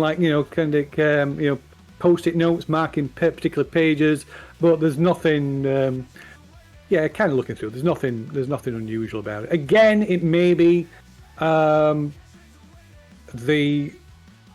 passages maybe focus on the angels, an angel Gabriel in particular, rather than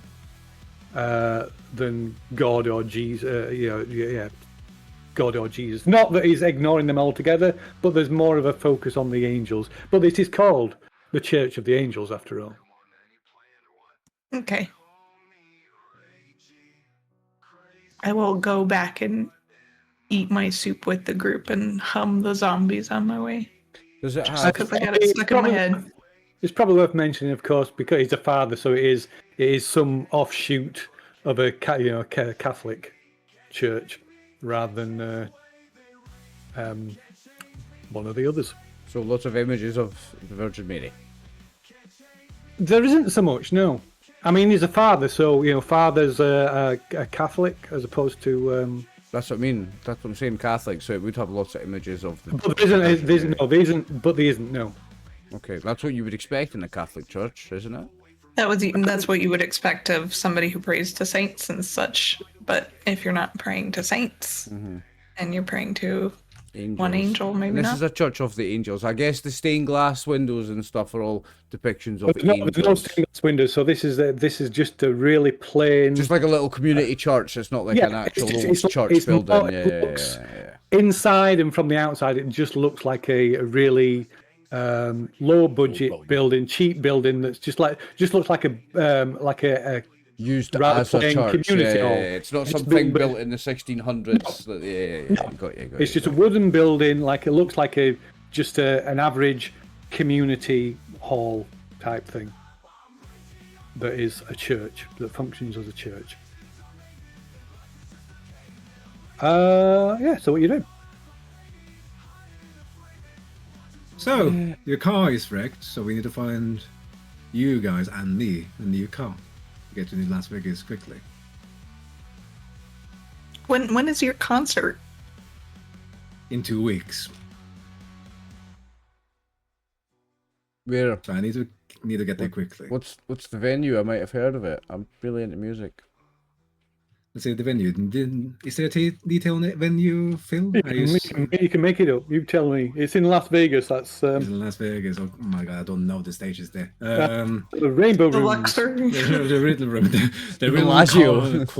curtain room. So, is this a real venue? Can I roll for bullshit? Is he making it up? I mean, he really is making it. Yeah, no, I know he's making it up, but is his character making it up, or in this world is that a real place? Do I know Yeah, about sure. it? Yeah, sure. No, you don't need to make a roll. I'm not going to force you to make a roll on something. Yeah, Oh, it's- okay, yeah, okay. yeah. Let's say it is. Yeah, maybe it's not. It's not a. It's a very small scale, low key, amateurish venue, shall we say? It's not. It's not like a big. But then again, CBGB's there's- just a small amateurish venue. and then again, the everywhere beyond the exclusion zone is there's still like towns and stuff, but it is a shadow of its former self since it got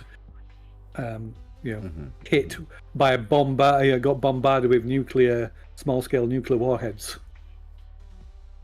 So are you in the band Bliss then, Cade, or going solo? Did you break off?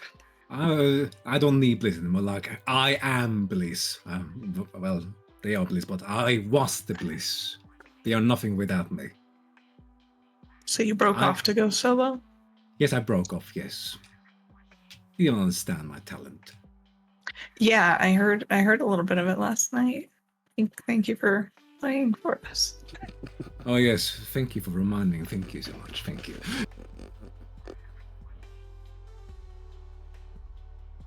Okay, so we gotta go to Las Vegas to take Cade there.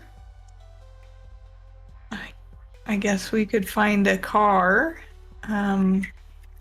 Is there a particular reason you want to leave like today, or is it just because you're on the tight timeline? I just want to be like before, meet the people, meet the fans beforehand, like meet the people at the area, get to know the people. I give him a funny look when he says fans, and I'm putting my thing with Erika up to a +1, but it's a positive because I think she just owned this guy with that insult. I think it was really funny, and I like her. So everyone's on a 1, good or bad, it's a 1. So don't So forget. then what brought you out this way? I guess. Did you have a concert out here recently? No. I was making my way, but the bus stopped here, and there was no other transport to find here towards Las Vegas. And how long have you been here? A few days.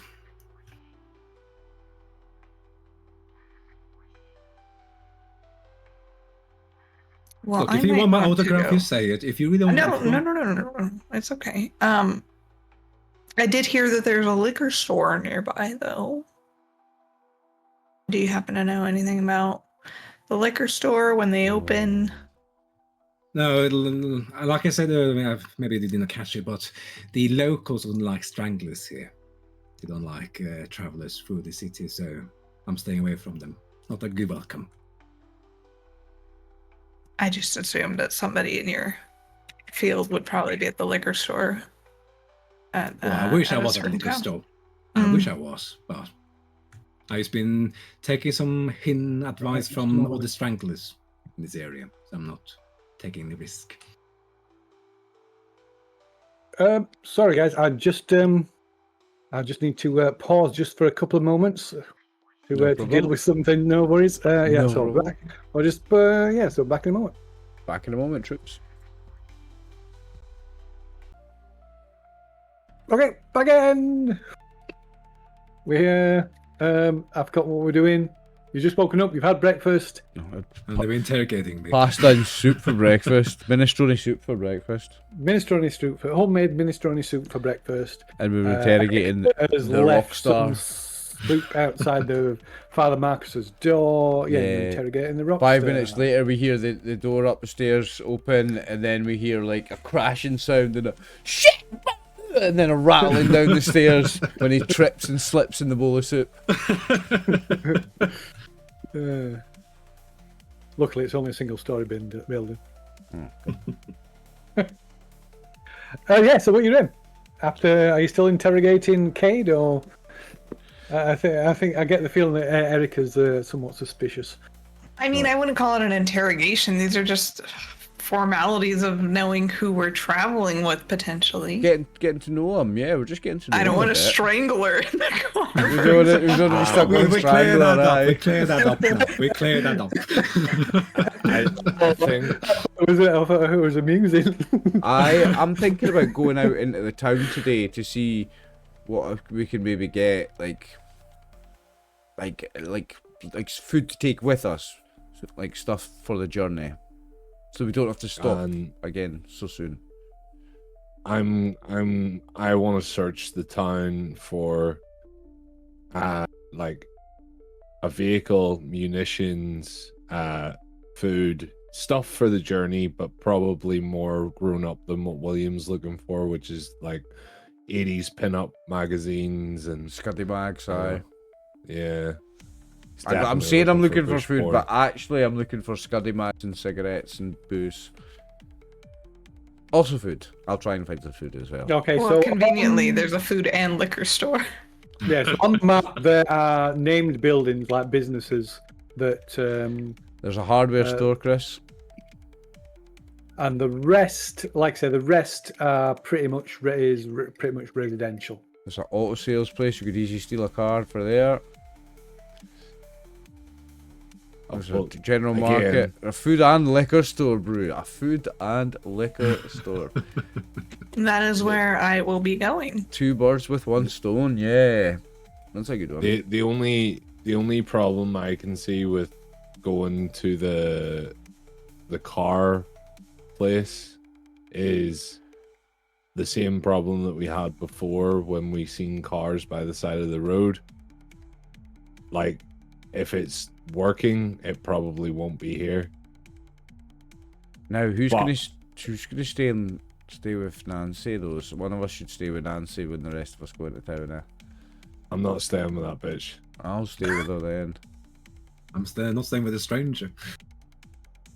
Give me like cash, Willie, and I will Yeah. make some okay. transactions. Yeah. Get, and I'll name some like American snacks that are like awesome. I'm not American. Brew, you pick some good American snacks from the 90s. I got you. I get you the hot orange Cheetos and all of it. Yeah, that's the one. Graham crackers, but you call them graham crackers. Graham Things crackers. full of chemicals and cutting. Yeah. All that American goodness. They're illegal over here. Right. So, where's my money in the gear thing? Top right under journey. Oh yes, cash 85. So I'll give you $50. I'll hand you $50. I'll notice he pocketed the remaining amount, like as if I'm stealing his money or something. No, I pull out all the notes I have, and there's like a 50, a 20, a 10, and a 5, and I give you the 50.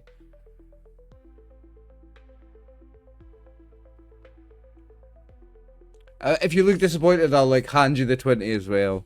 No, it's okay. It's okay. I've now I'll got just take 15 left. Okay. Sorry, I'm not a fucking grown-up man with a job. I'm only 16, but it's fucking apocalypse. I'm sorry. No, you're good. You're good. 50 should do. Francis, can you roll us a D6? Just not a skill check, just to roll a D6.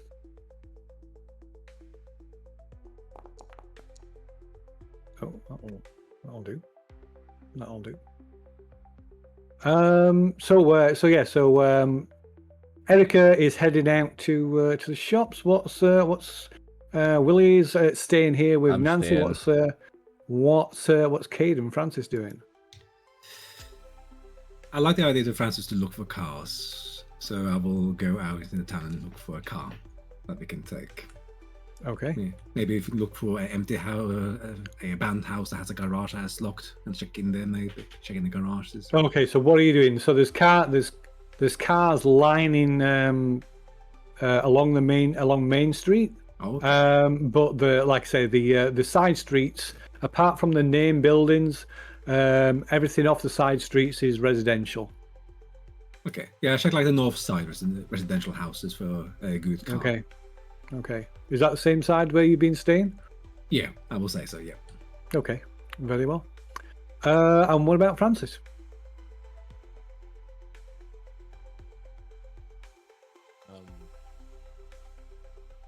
Francis is like looking for a car. Okay. Is he going to strike out on his own, or is he going to go with Cade? Since that is what he says he's doing. Oh, is Cade looking for a car as well? Right. Yeah. Well, Cade. Yeah, Cade. I'm not going with Cade. Cade's coming with me. Oh, fair enough. I love that.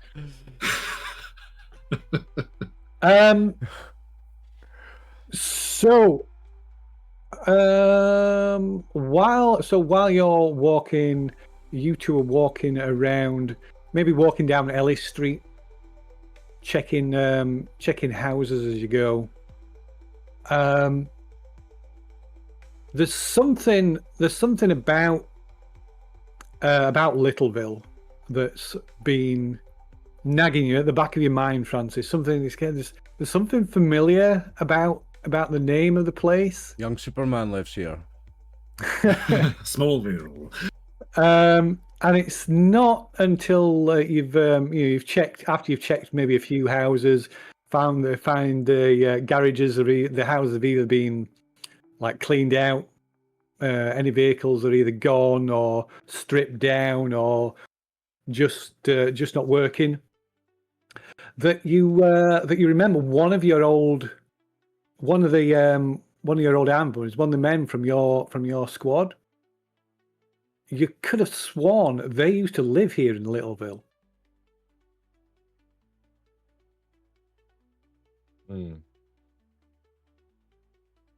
Do I want to?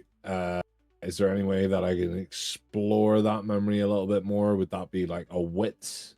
Why not?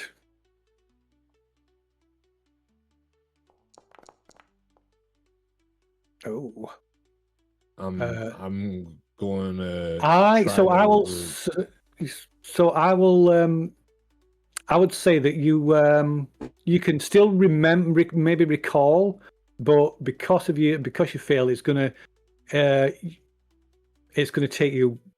take some time. So maybe if you kind of like decide to, when this memory comes to you, decide to wander off, forget about the cars, and go look, you can find out where this was.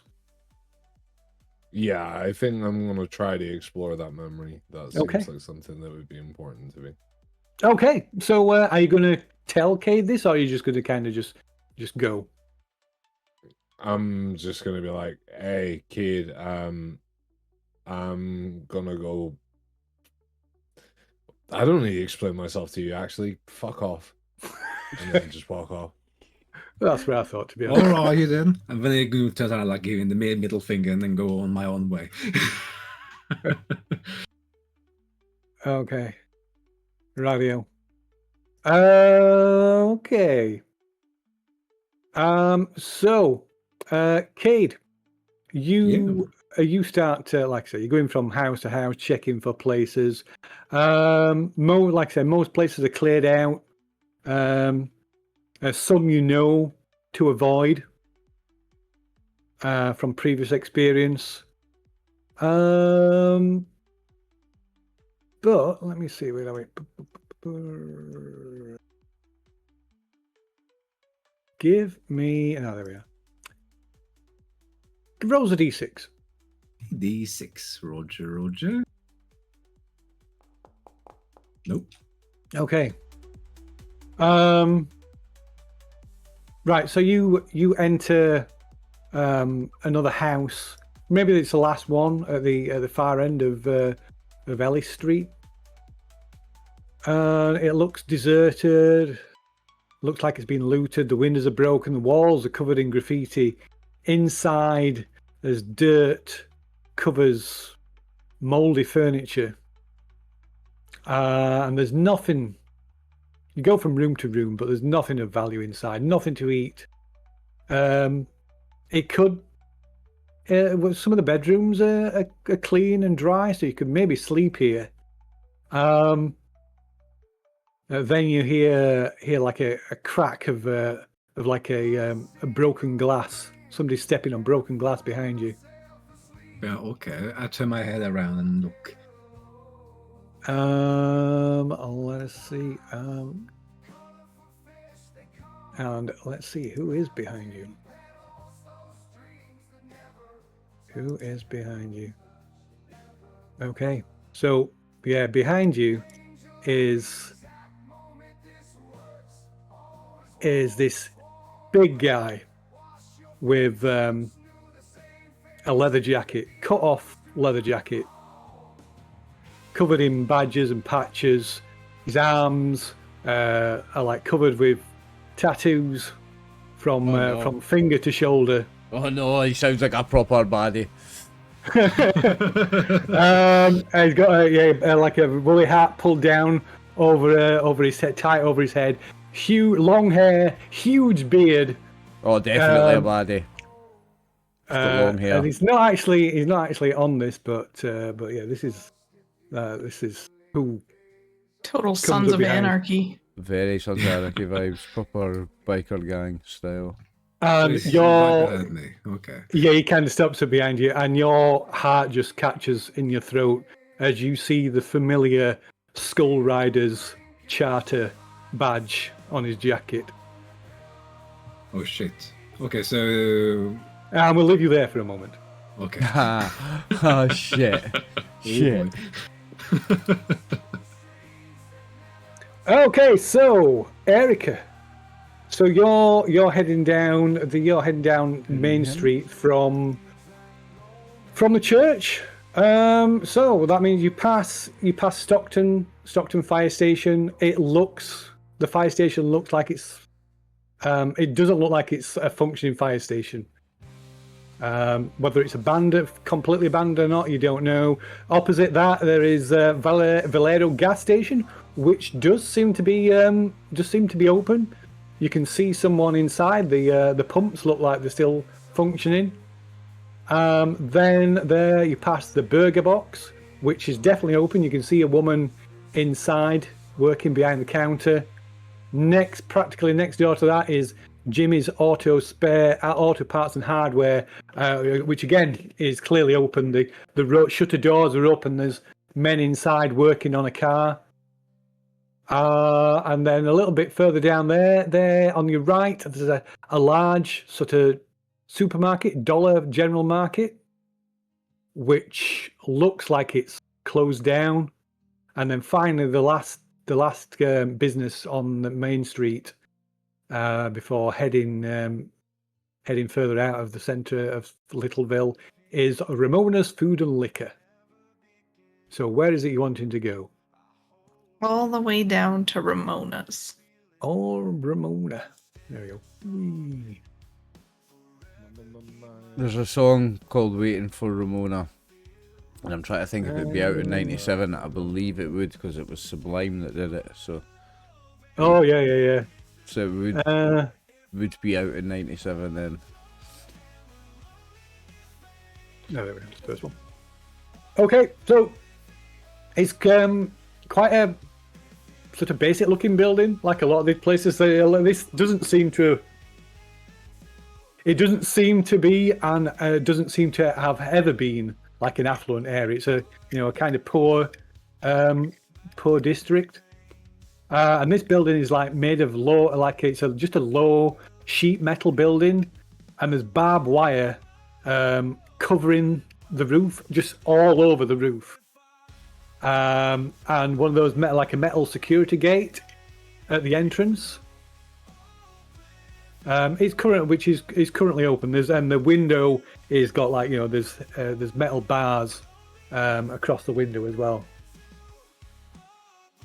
But Looks like I picked the right spot. But the security gate is open. Okay, I'll start walking in. Okay, so you walk in. There's a kind of a bell. There's a tinkle of a bell as you open the door.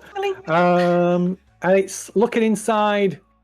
It's quite dusty and dirty inside, which is something, again, not something unusual these days with the constant dust storms. It smells. There's a strong smell of cigarette smoke.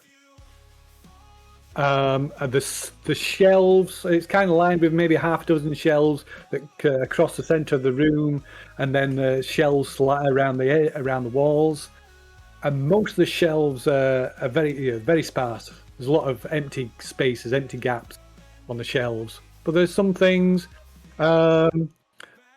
You can notice that any fresh food like eggs and bread and stuff, is in front, in front of the counter, right on the counter. Everything else is kind of, as well as liquor and cigarettes and stuff are behind the counter as well, of course. But everything else is, on the shelves. But there's big gaps, so it's maybe the shelves and things maybe about half full. But behind the counter, and again, there's the kind of like a security grill thing on the counter.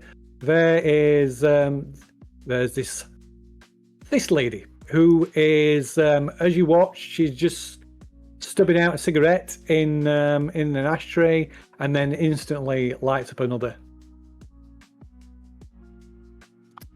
Howdy. I was looking for a couple of things for me and some of my friends, and Barbara last night. It's not that lady. It's this lady.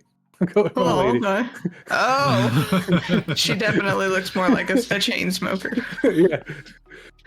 But Barbara was kind enough to tell me that you had a shop open here, and just curious as to everything you sell and if you might have anything of interest for us. Okay, so there's Barbara. Barbara who? Nurse Barbara. Oh, Church of one of Father Angels. Marcus's faithful. Are you not one of the congregation? I am not. Is there a reason? I mean, apart from maybe not being of the certain faith.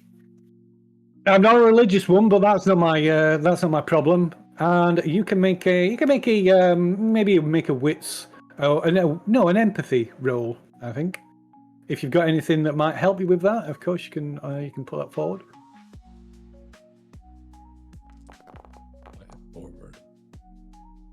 Okay, so no successes, but there are no fumbles on that at the minute. There's no hope, so you could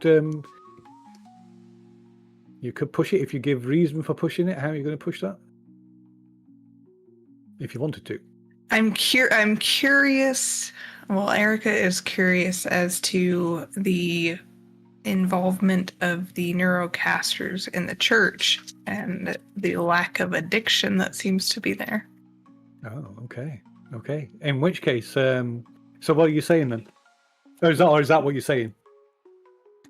Yeah, in subtle ways, I suppose. So you better tell me exactly what you're saying then. If I've noticed that the congregation is a little different than what I would have seen beforehand. I see that they've adopted the use of neurocasters, but it seems like nobody's getting kind of lost in the neuroscape, and curious as to what you kind of think about that. I also heard that your son was has maybe been involved with getting them into that technology. So that you don't need to make another roll. So when you mention a son, she says, "The Father Marcos, he hooked my son into their religious little cult."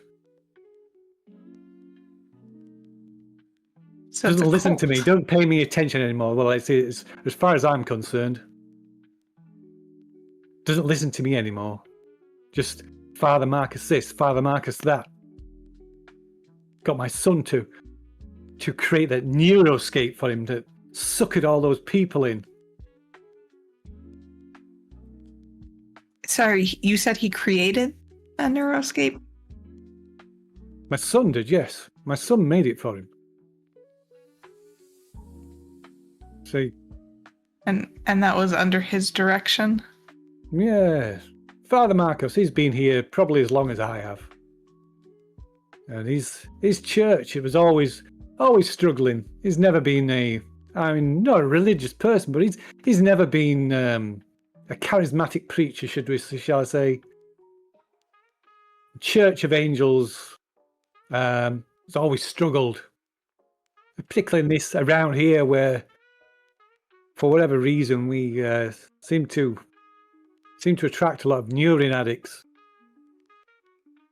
To be fair to the man, he did provide some help for them, but his congregation was dwindling day by day.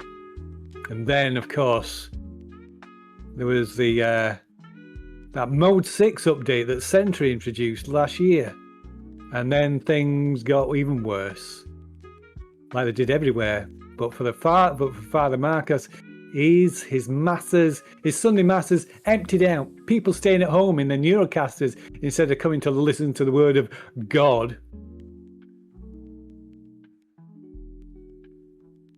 Would I know anything about this 6th launch or whatever version? Yeah. So it's like Sentry Mode 6 was this like big update that Sentry put out a year ago, and that's the addictiveness of the Neurocasters just went through the roof. And there is a lot, probably, particularly people in your, particularly yourself probably, and people in your position that worked in your field were perhaps a little suspicious of Sentry's motivations. But your Sentry son, though, are a law unto themselves.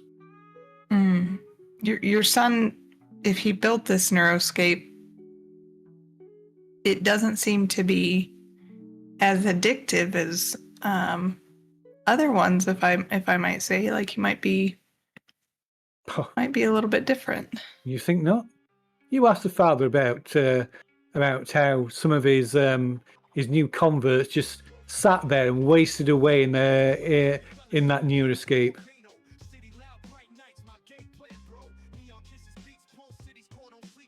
Do you happen to have cigarettes and Cheetos? I do indeed. How much would you charge for those? Oh, okay. So she's charging double the odds. What that would be? What a bitch, Ramona. Let me find the gear. I had this before. When this 30-year-old woman comes back and brings me back cigarettes that ask what I'm going to think I am a grown-up. I am going to be fucking loving that. I gotta get Nancy's birth control, so. The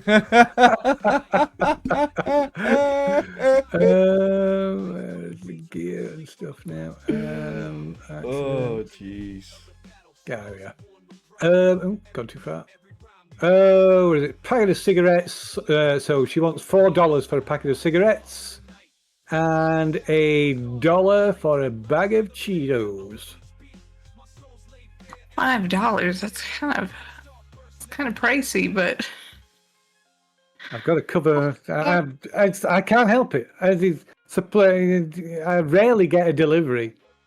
I've got to live. I need to get enough money to get me out of this place. Who's your supplier, if you don't mind my asking? Like, does sorry, you just smacked his head on the microphone. Oh. He's okay. Maybe once a month I get a delivery in from Stockton. Not due another one for a couple of weeks. What if I give you $10? And if you would maybe allow me the opportunity to talk to your son a little bit more about his involvement with the Neurocasters and Neuroscape, maybe there's a way to get him back home more than in the congregation. You don't have to pay me money, Missy, to to do that. If you could do that, then I'd be most appreciative of that. But my son is rarely here. He sleeps here on occasion. If you want to find him, you'll either find him down at the church or you'll find him down at Jimmy's. Where the hell? Oh, Jimmy's Auto Parts. Yeah. The hell is Jimmy? Is there any other food that she has here besides like snackies? Yeah, there's like she's got like a lot of tin food. There's like tinned meat and tinned soup and tinned vegetables. It's mainly tinned and dried food. There's like a few. She's got a few bits of fresh food, like a few bits of fruit and stuff like that. Can I also get like a pack of beef jerky and some tinned food then? Okay, yeah, no problem. Let us see. Maybe some bottles of water. Hell no. Nah, get booze. Get hard liquor. So she wants. So you can get enough food for a day, which is like more than one, just one tin. But enough food for one person. She wants $10. It's a lot of money in 1997. Okay, I'll give her $35 and I'll get enough food for 3 people. Okay. And then the snackies. Okay. Radio. Okay, so she rings that up and gives it, puts it all in a paper bag and hands it, pushes it through the gap in the counter. Thanks. And would I know if the security is like standard or? It looks. Is she like a secret arms dealer? It looks a little bit over the top. Okay, I won't say anything. I'll just thank you for the food, and I'll talk to your son, and if I run across him. Okay, so you can give us another empathy roll, and I'll let you have a bonus dice as well, because you've things that you've been saying to him. Is that 1 in the modifier, or just roll an extra one after? Put it in the modifier. Yeah, if you put it in the modifier, it'll roll them all at once. Oh dear. Okay. Still working on my empathy. Okay, so you take those things and leave the shop. Yep. So as you're leaving, as you're going out there, you be careful, dear. Thanks, you too. Okay. I love the tokens that they've got. Radio. So, what's Willie doing? Really, she's watching over Nancy. Doing anything in particular? Anything else? Or you just sat there? Sat there and maybe listening to her Walkman a little bit. Okay. Creep. Wishing that I had mentioned to Erika to maybe get some batteries. Hoping that Nancy doesn't wake up and I've used all her batteries and I didn't get her any. Thinking that when Erika comes back, maybe I'll run out and go find batteries. Okay. Very well.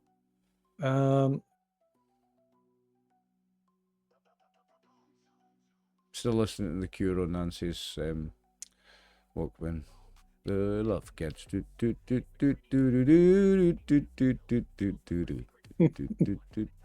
do do. So, Cade, this guy stands there in the doorway behind you, and then you hear the crunch of glass again off to your side and spinning round. You see another biker appear in the opposite doorway, blocking both your exits. Okay. Seeing those two, looking back and forth, I just begin to run down the hallway in the house and just try to find a window, jump out. Well, you can, but you'll have to try and get past them because they're blocking both the ways out. Well, they're blocking both ways in the room. Oh, yeah, okay, Yeah. okay. So yeah, I'm gonna try to break through then. So strength. Oh, wow! What are you doing? You're going to try and break past them. Okay. Yeah, I'm gonna try to break past. Yeah. them, So that'll be that'll be strength. That'll be a contested thing. So yeah, you need more successes than they get, Ooh. or one of them anyway. Good luck, man. That's a One. 6. One success. You got no ones. You could push. Oh. Oh, that's a tie. Push. I want to push to get more 6s then, if that's possible. Okay, you can push at the moment, so you kind of run up against him and he kind of blocks away, kind of pushing you back. But yeah, if you want to push, That's another 6. Oh! Come on. Woo! so yeah, tell us how you get past him then. Okay, so like these are like big guys. I don't know. Yeah. I like a normal size. So I try to run towards one side and try to run between his arm and the wall on the door frame. Essentially, try to push through. Okay. Okay, so you kind of like push him against him and manage to slip underneath his arm, squeeze past through in the gap in the doorway, and what, you're running? Yeah, I'm running. So I'm running between the gardens of the neighborhood. Okay. So they are running after me now, yeah? So you hear one of them, you hear him coming after you, and you hear, "We want the money, Cade! What? You bring us the money!" I'm not Cade, I'm Francis! Cade is that way! I'm just running, I'm jumping over a fence, over another fence. Okay, you hear a gunshot, and there's like a splinters of wood as like a bullet hits the fence as you're just jumping over it. Yeah. So yeah, I'm gonna run, and then I'm gonna run through one of the houses I know that has some addicts in them, and just run through the squatters, some squatters, and just run through the squatter houses. Okay. You do this, you can, and you hear them in the distance, like, but still shouting after you, like, we want the money, Cade. And you run like through one of these derrick houses, through one of the squats, jumping over these sleeping neurine addicts that are like sort of huddled up in the corner, and you finally get back to the main street, and glancing back, there is no sign of pursuit. Okay, when I see no pursuit, I'm running quick to the church. Do I see any bikers on the street? Do I see them? You maybe hear a couple of bikes. You hear the engines, but you don't see anything. You don't see them. Okay, then I will make a quick run towards the church. Okay, so yeah, you leg it into the church. So we'll come back to you in a moment then. So Francis, you That's are walking around the streets, up and down these residential areas, up and down these streets, this low budget housing. And as you walk, things kind of like clicking into place. Some things look familiar, and then you spot something that jogs your memory. You spot the car, sort of ex-army SUV parked on the drive. It looks like it's seen better days. It's collapsed on one side, the windscreen's smashed, but that's not what's really important. What's important is this. You know that you recognise it from the like stickers, and this belonged to one of your army buddies. What was his name? Dylan. Okay. So yeah, this is Dylan's truck. This is his house. Although it looks the worst for wear, possibly abandoned. The garden's overgrown. The windows, some of the windows are boarded up. Some are smashed. But you can see a light on inside.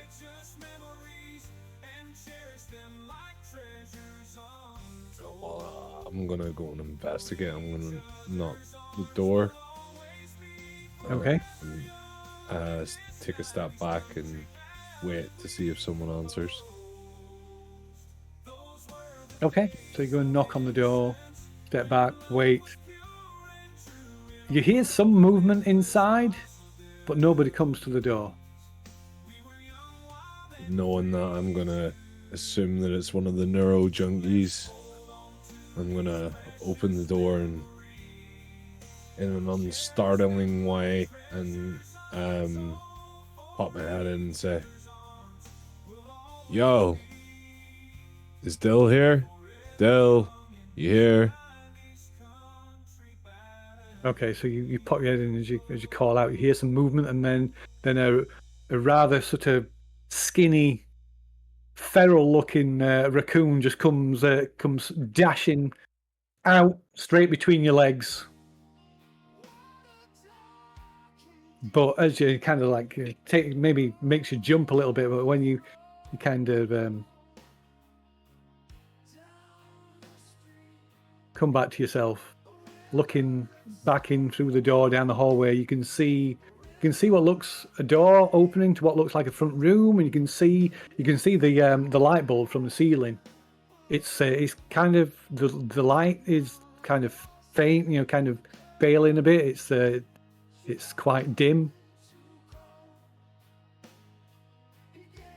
Dim but dim. Yeah. Right. I'm gonna proceed further into the house to see if Dylan's here. Okay. I'm going to be cautious, however. So I'm not just gonna fucking march on in and stick my foot into a raccoon trap, Okay, so you can as you get close, you can hear what sounds like you can hear faint sound of music. What sounds sort of distorted, maybe like a radio that's playing, coming from the same room. And as you draw close to the door, you can see there's like a kind of one of them, like an armchair, one of them swivel armchairs, sort of towards one corner of the room, facing like the glass patio doors, one of which is like smashed. And there is like a radio on one side, really faint, keeps fading in and out. I heard you on the wireless back in 52. Lying awake and tuning in on you. And you can see there's more sense, really, I suppose, maybe from the how the chair is like kind of pushed back at an angle. There's somebody sat in this armchair, this swivel armchair. Okay, I'm gonna turn off the radio. Okay, so you walk over and turn off the radio, and as you turn round, you see your friend sat in the chair. He's dead. His body, is in his full like fatigues. He's wearing his uniform, and his body is desiccated, shriveled.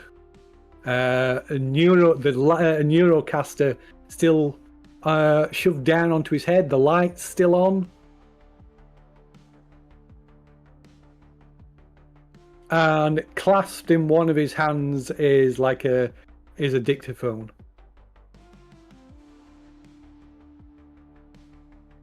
And the tape, you can see, looking down, you can see the tape has run all the way to the end.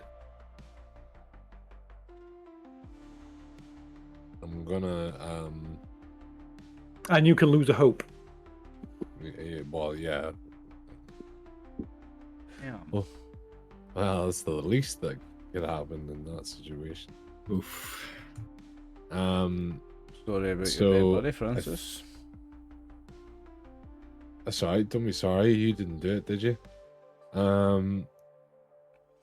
So, first thing I'm gonna do is I'm gonna take the fucking neuro cunt off his head.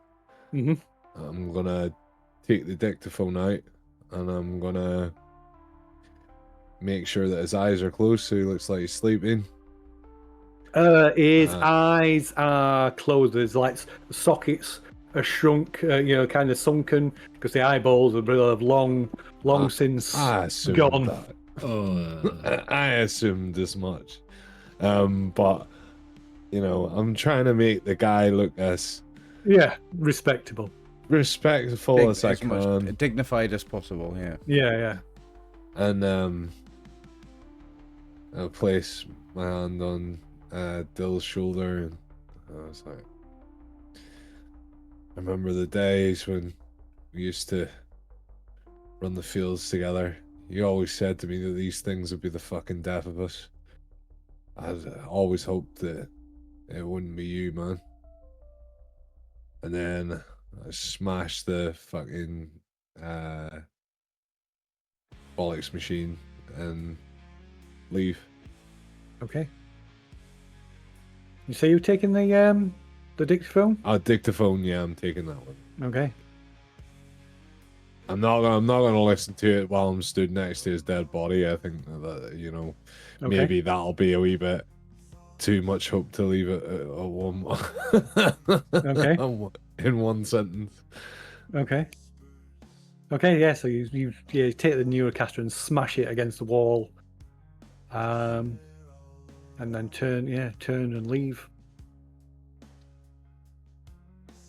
I turned the light off as well because, it's always cinematic when the good guy leaves the room and turns the light off. Yeah, for it to cut to someone else. Yeah. So Willie, you're kind of sat there listening to the tape when suddenly Cade, like face flushed red, like wide-eyed, comes running, just bursts into the room. Ooh. Oh no! Oi, weapons down, kid. Weapons down. Weapons down. You startled me, man. You startled me with whatever you were using there. What's wrong with you? Oh, it's a good jog. It's a good jog, kid. It's a good jog. Don't you worry. Right. Okay. Yeah. Whatever. I need some glass of water. I just go quickly to the kitchen, and if I see a window, I go quickly to the window and see out if they are around. Okay. Yeah. There's no sign of anybody. So I come out with a glass of water, and then I go to the kid and Nancy and says, "How's it doing?" She's okay. Yeah, she's fine. She's just resting. The nurse said she's going to be okay. She just needs to rest. She just had a very bad knock. She'd be knocked out. She's going to be okay. So it's like a really bad concussion, like mine, but worse apparently. She'll be okay. Okay, good to hear. Good to hear. Don't come too close. Just, I don't. I just don't want her to be disturbed. Just keep it. No. Sure thing, kiddo. Sure thing. What's she to you, by the way? You look very close to her. She's my friend. Your friend, eh? Yeah, she's my friend. What's it to you? You just curious, kid? Am I not allowed to ask you guys questions? You're a bit old to be interested anyway, mate. Yeah, I'm not. I don't want to do any illegal shit. Don't you worry about that. Don't you worry. But yeah. So why are two kids on the road? I don't think Francis or Erika is your parent or anything, or are they? Are they family or friends of yours? I'm not a kid, man. Oh, you're a man. I'm a young man. A young man. Okay. Tries to make his Adam's apple stick out.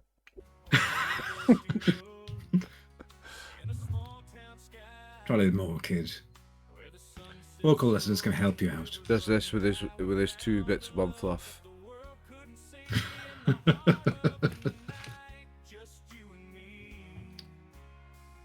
Well, yeah. If you don't want to say anything, I shall not pry. As long. I just trying to stay quiet so she Yeah. can rest, you know. The Anything? more she rests, the more she'll heal. And the Yeah, sooner we I can shall- get out of here. Yeah, I agree. I shall let you be. You need to get out of here quick. So I go to myself to one of the benches and sit down and drink my water. Okay. You okay? So Erika, then. So you're walking down the road from Ramona's. Where you headed to Jimmy's Autos then? Yeah, I'll pop in there real quick to see if her son is in there. Okay, so Jimmy's Auto. So like a lot of these buildings, this is another one that's this white. But it's again, it's made from constructed mainly of like sheet metal. The walls again are covered in graffiti. There's a large parking lot outside.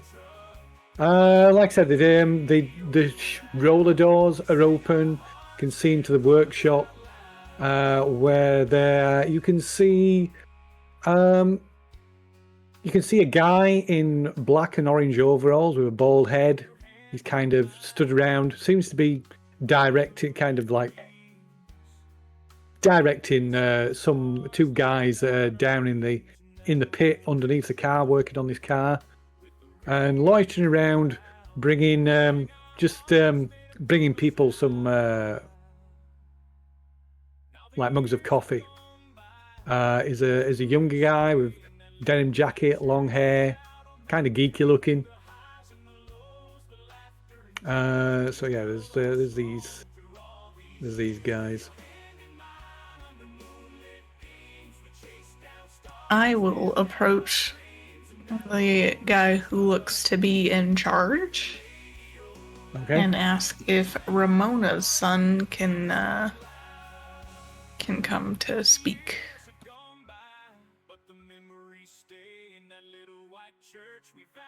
Kind of when he sees you approach, kind of like stands up straight and brushes himself down, smiles, says, "Morning."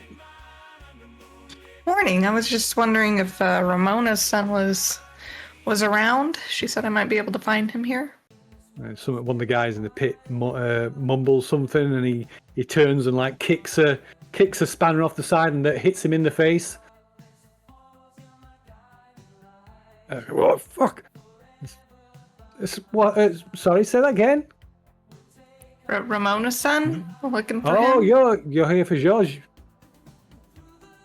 Yep, that's the guy.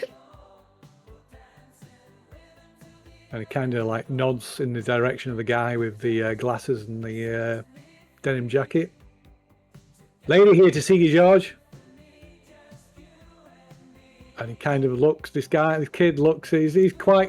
Doesn't look maybe 19 or so, early 20s maybe. And he looks at you, and he looks at the guy in the overalls. Don't keep away, lady waiting, George. And kind of shoves his hands into his pockets and walks over. Says, "Yeah, what do you want?" Hey, I Who are was just you? talking.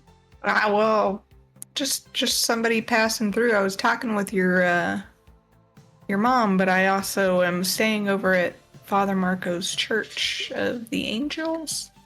And your mom shared that you maybe created a neuroscape. Kind of looks back at the guy in the overalls, and then looks back. What if I did? What if I did? I mean, that's a lot of talent. I was kind of curious what prompted you to create that, and what it's doing for the congregation. I was just here to kind of take some notes for a story, maybe. Story? Well, what kind of story? What do you mean?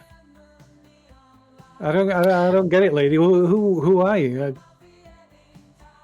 I mean, Sentry is looking for new talent, you know, and to see You if, can make a. I think you can make maybe an empathy roll if you've got anything that helps you with bluffing and people and stuff. I can roll wits instead of empathy when trying to convince someone of something that involves Technical, complex you can technical indeed. You matters. can indeed. Yeah, go on then. Go on then. You can do that. I think That's a 6. Yep. Yeah. Okay. Okay. Cool. So his eyes kind of widen. You're his sentry. I mean, in some way or another, we're scouting talent, and heard about a He kind young of kid looks. that created something. He kind of glances back at the guy in the overalls again, and he's when he sees that his tension's focused on the other two guys working on the car.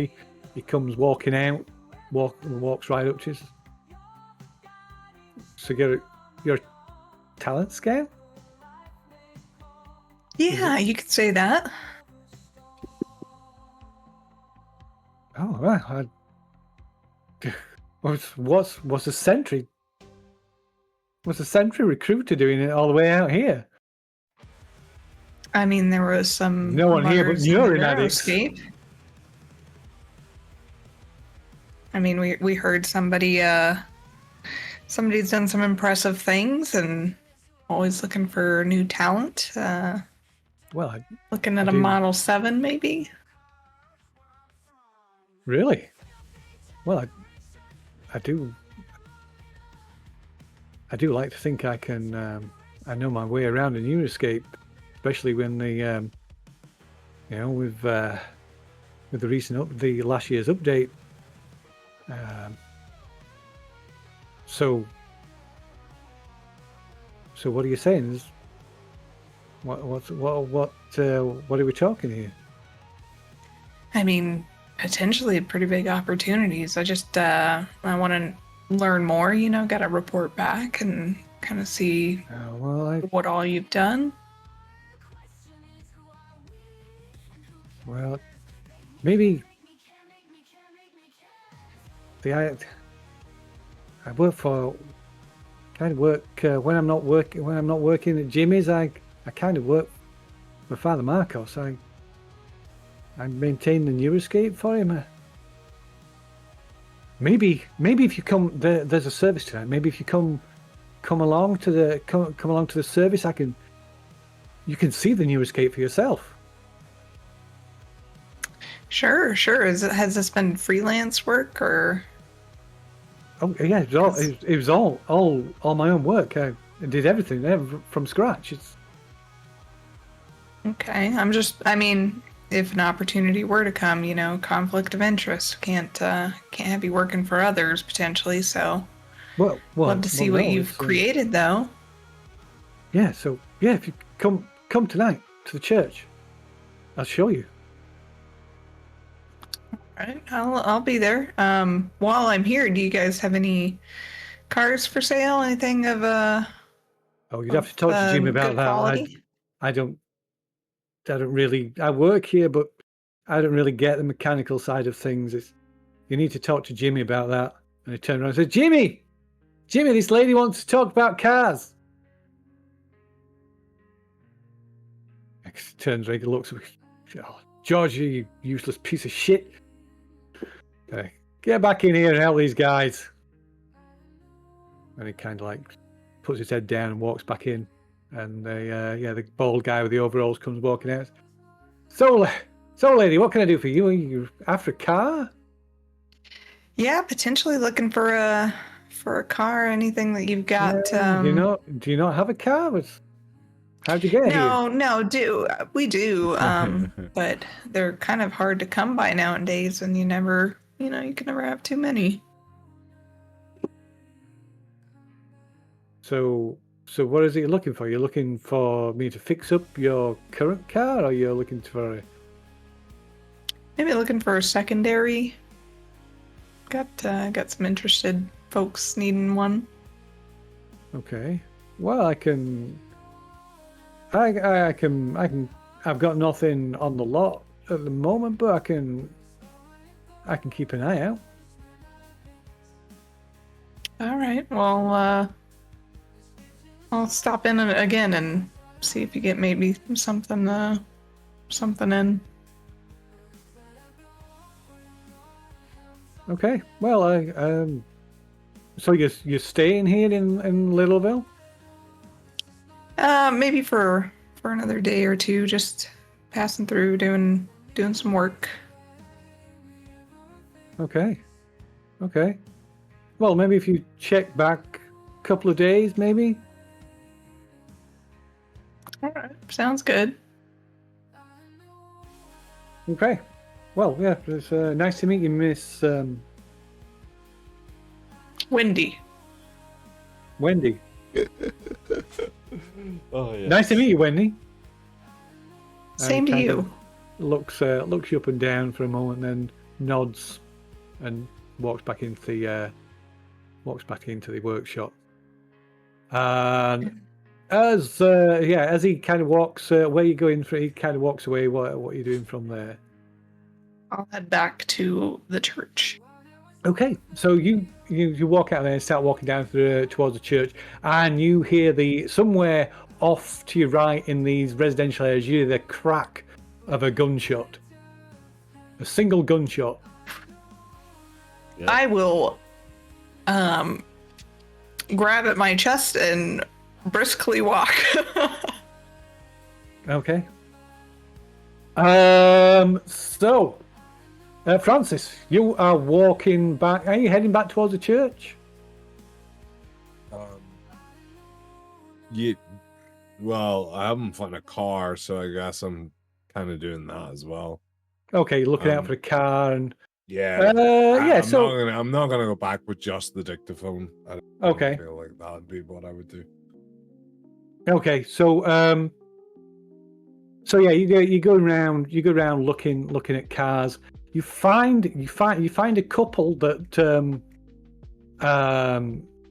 look in good condition. You even find one kind of look abandoned. You expect it to be of no use, and the keys. You're surprised to see the keys in the ignition, but when you get into the seat and turn the keys, and it's completely dead. And you find 2, 3, 4 other cars, either in garages or parked at the side of the road, and each time, every one, the battery, they're just completely and utterly dead.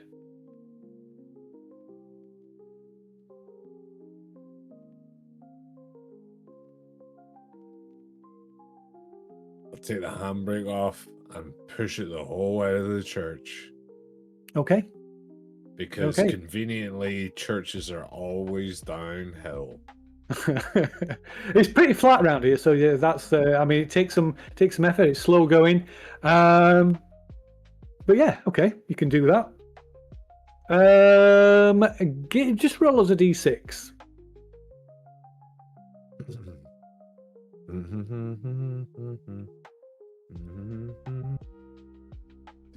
D6 roll. Oh, look at that! Very, very good. Hey. Okay, so you're pushing. Okay, got the door open. Have you got the door open, or you got the window down and reaching, doing it through the window? Or oh, definitely got the door open. Yeah, and shoulder barging. And then I push it on the yeah. Cool. Okay, so you pillar. Yeah.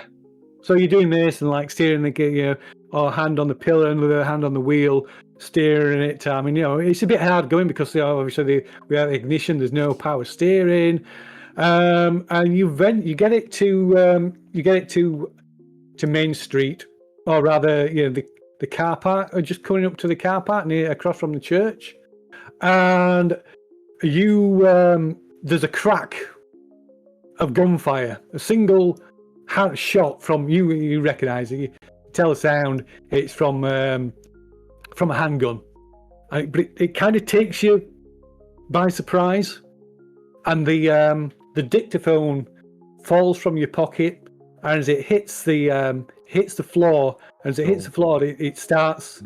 The tape starts running. Okay. I thought you were going to say it smashes to bits. Yeah, I was looking forward to listening to this. So yes, well, it starts running, and it starts playing. Maybe you pick it up as you recognise Dill's voice. It's a little quiet, a little crackly, a bit distorted, so you have to kind of put it really close up to your ear. And you hear Dill saying something. At first, it's a bit scrambled. It mentions the date. It's August 21st, 1996.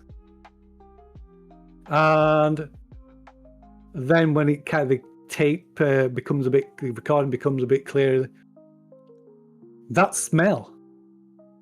It's the gateway to memory, don't you think?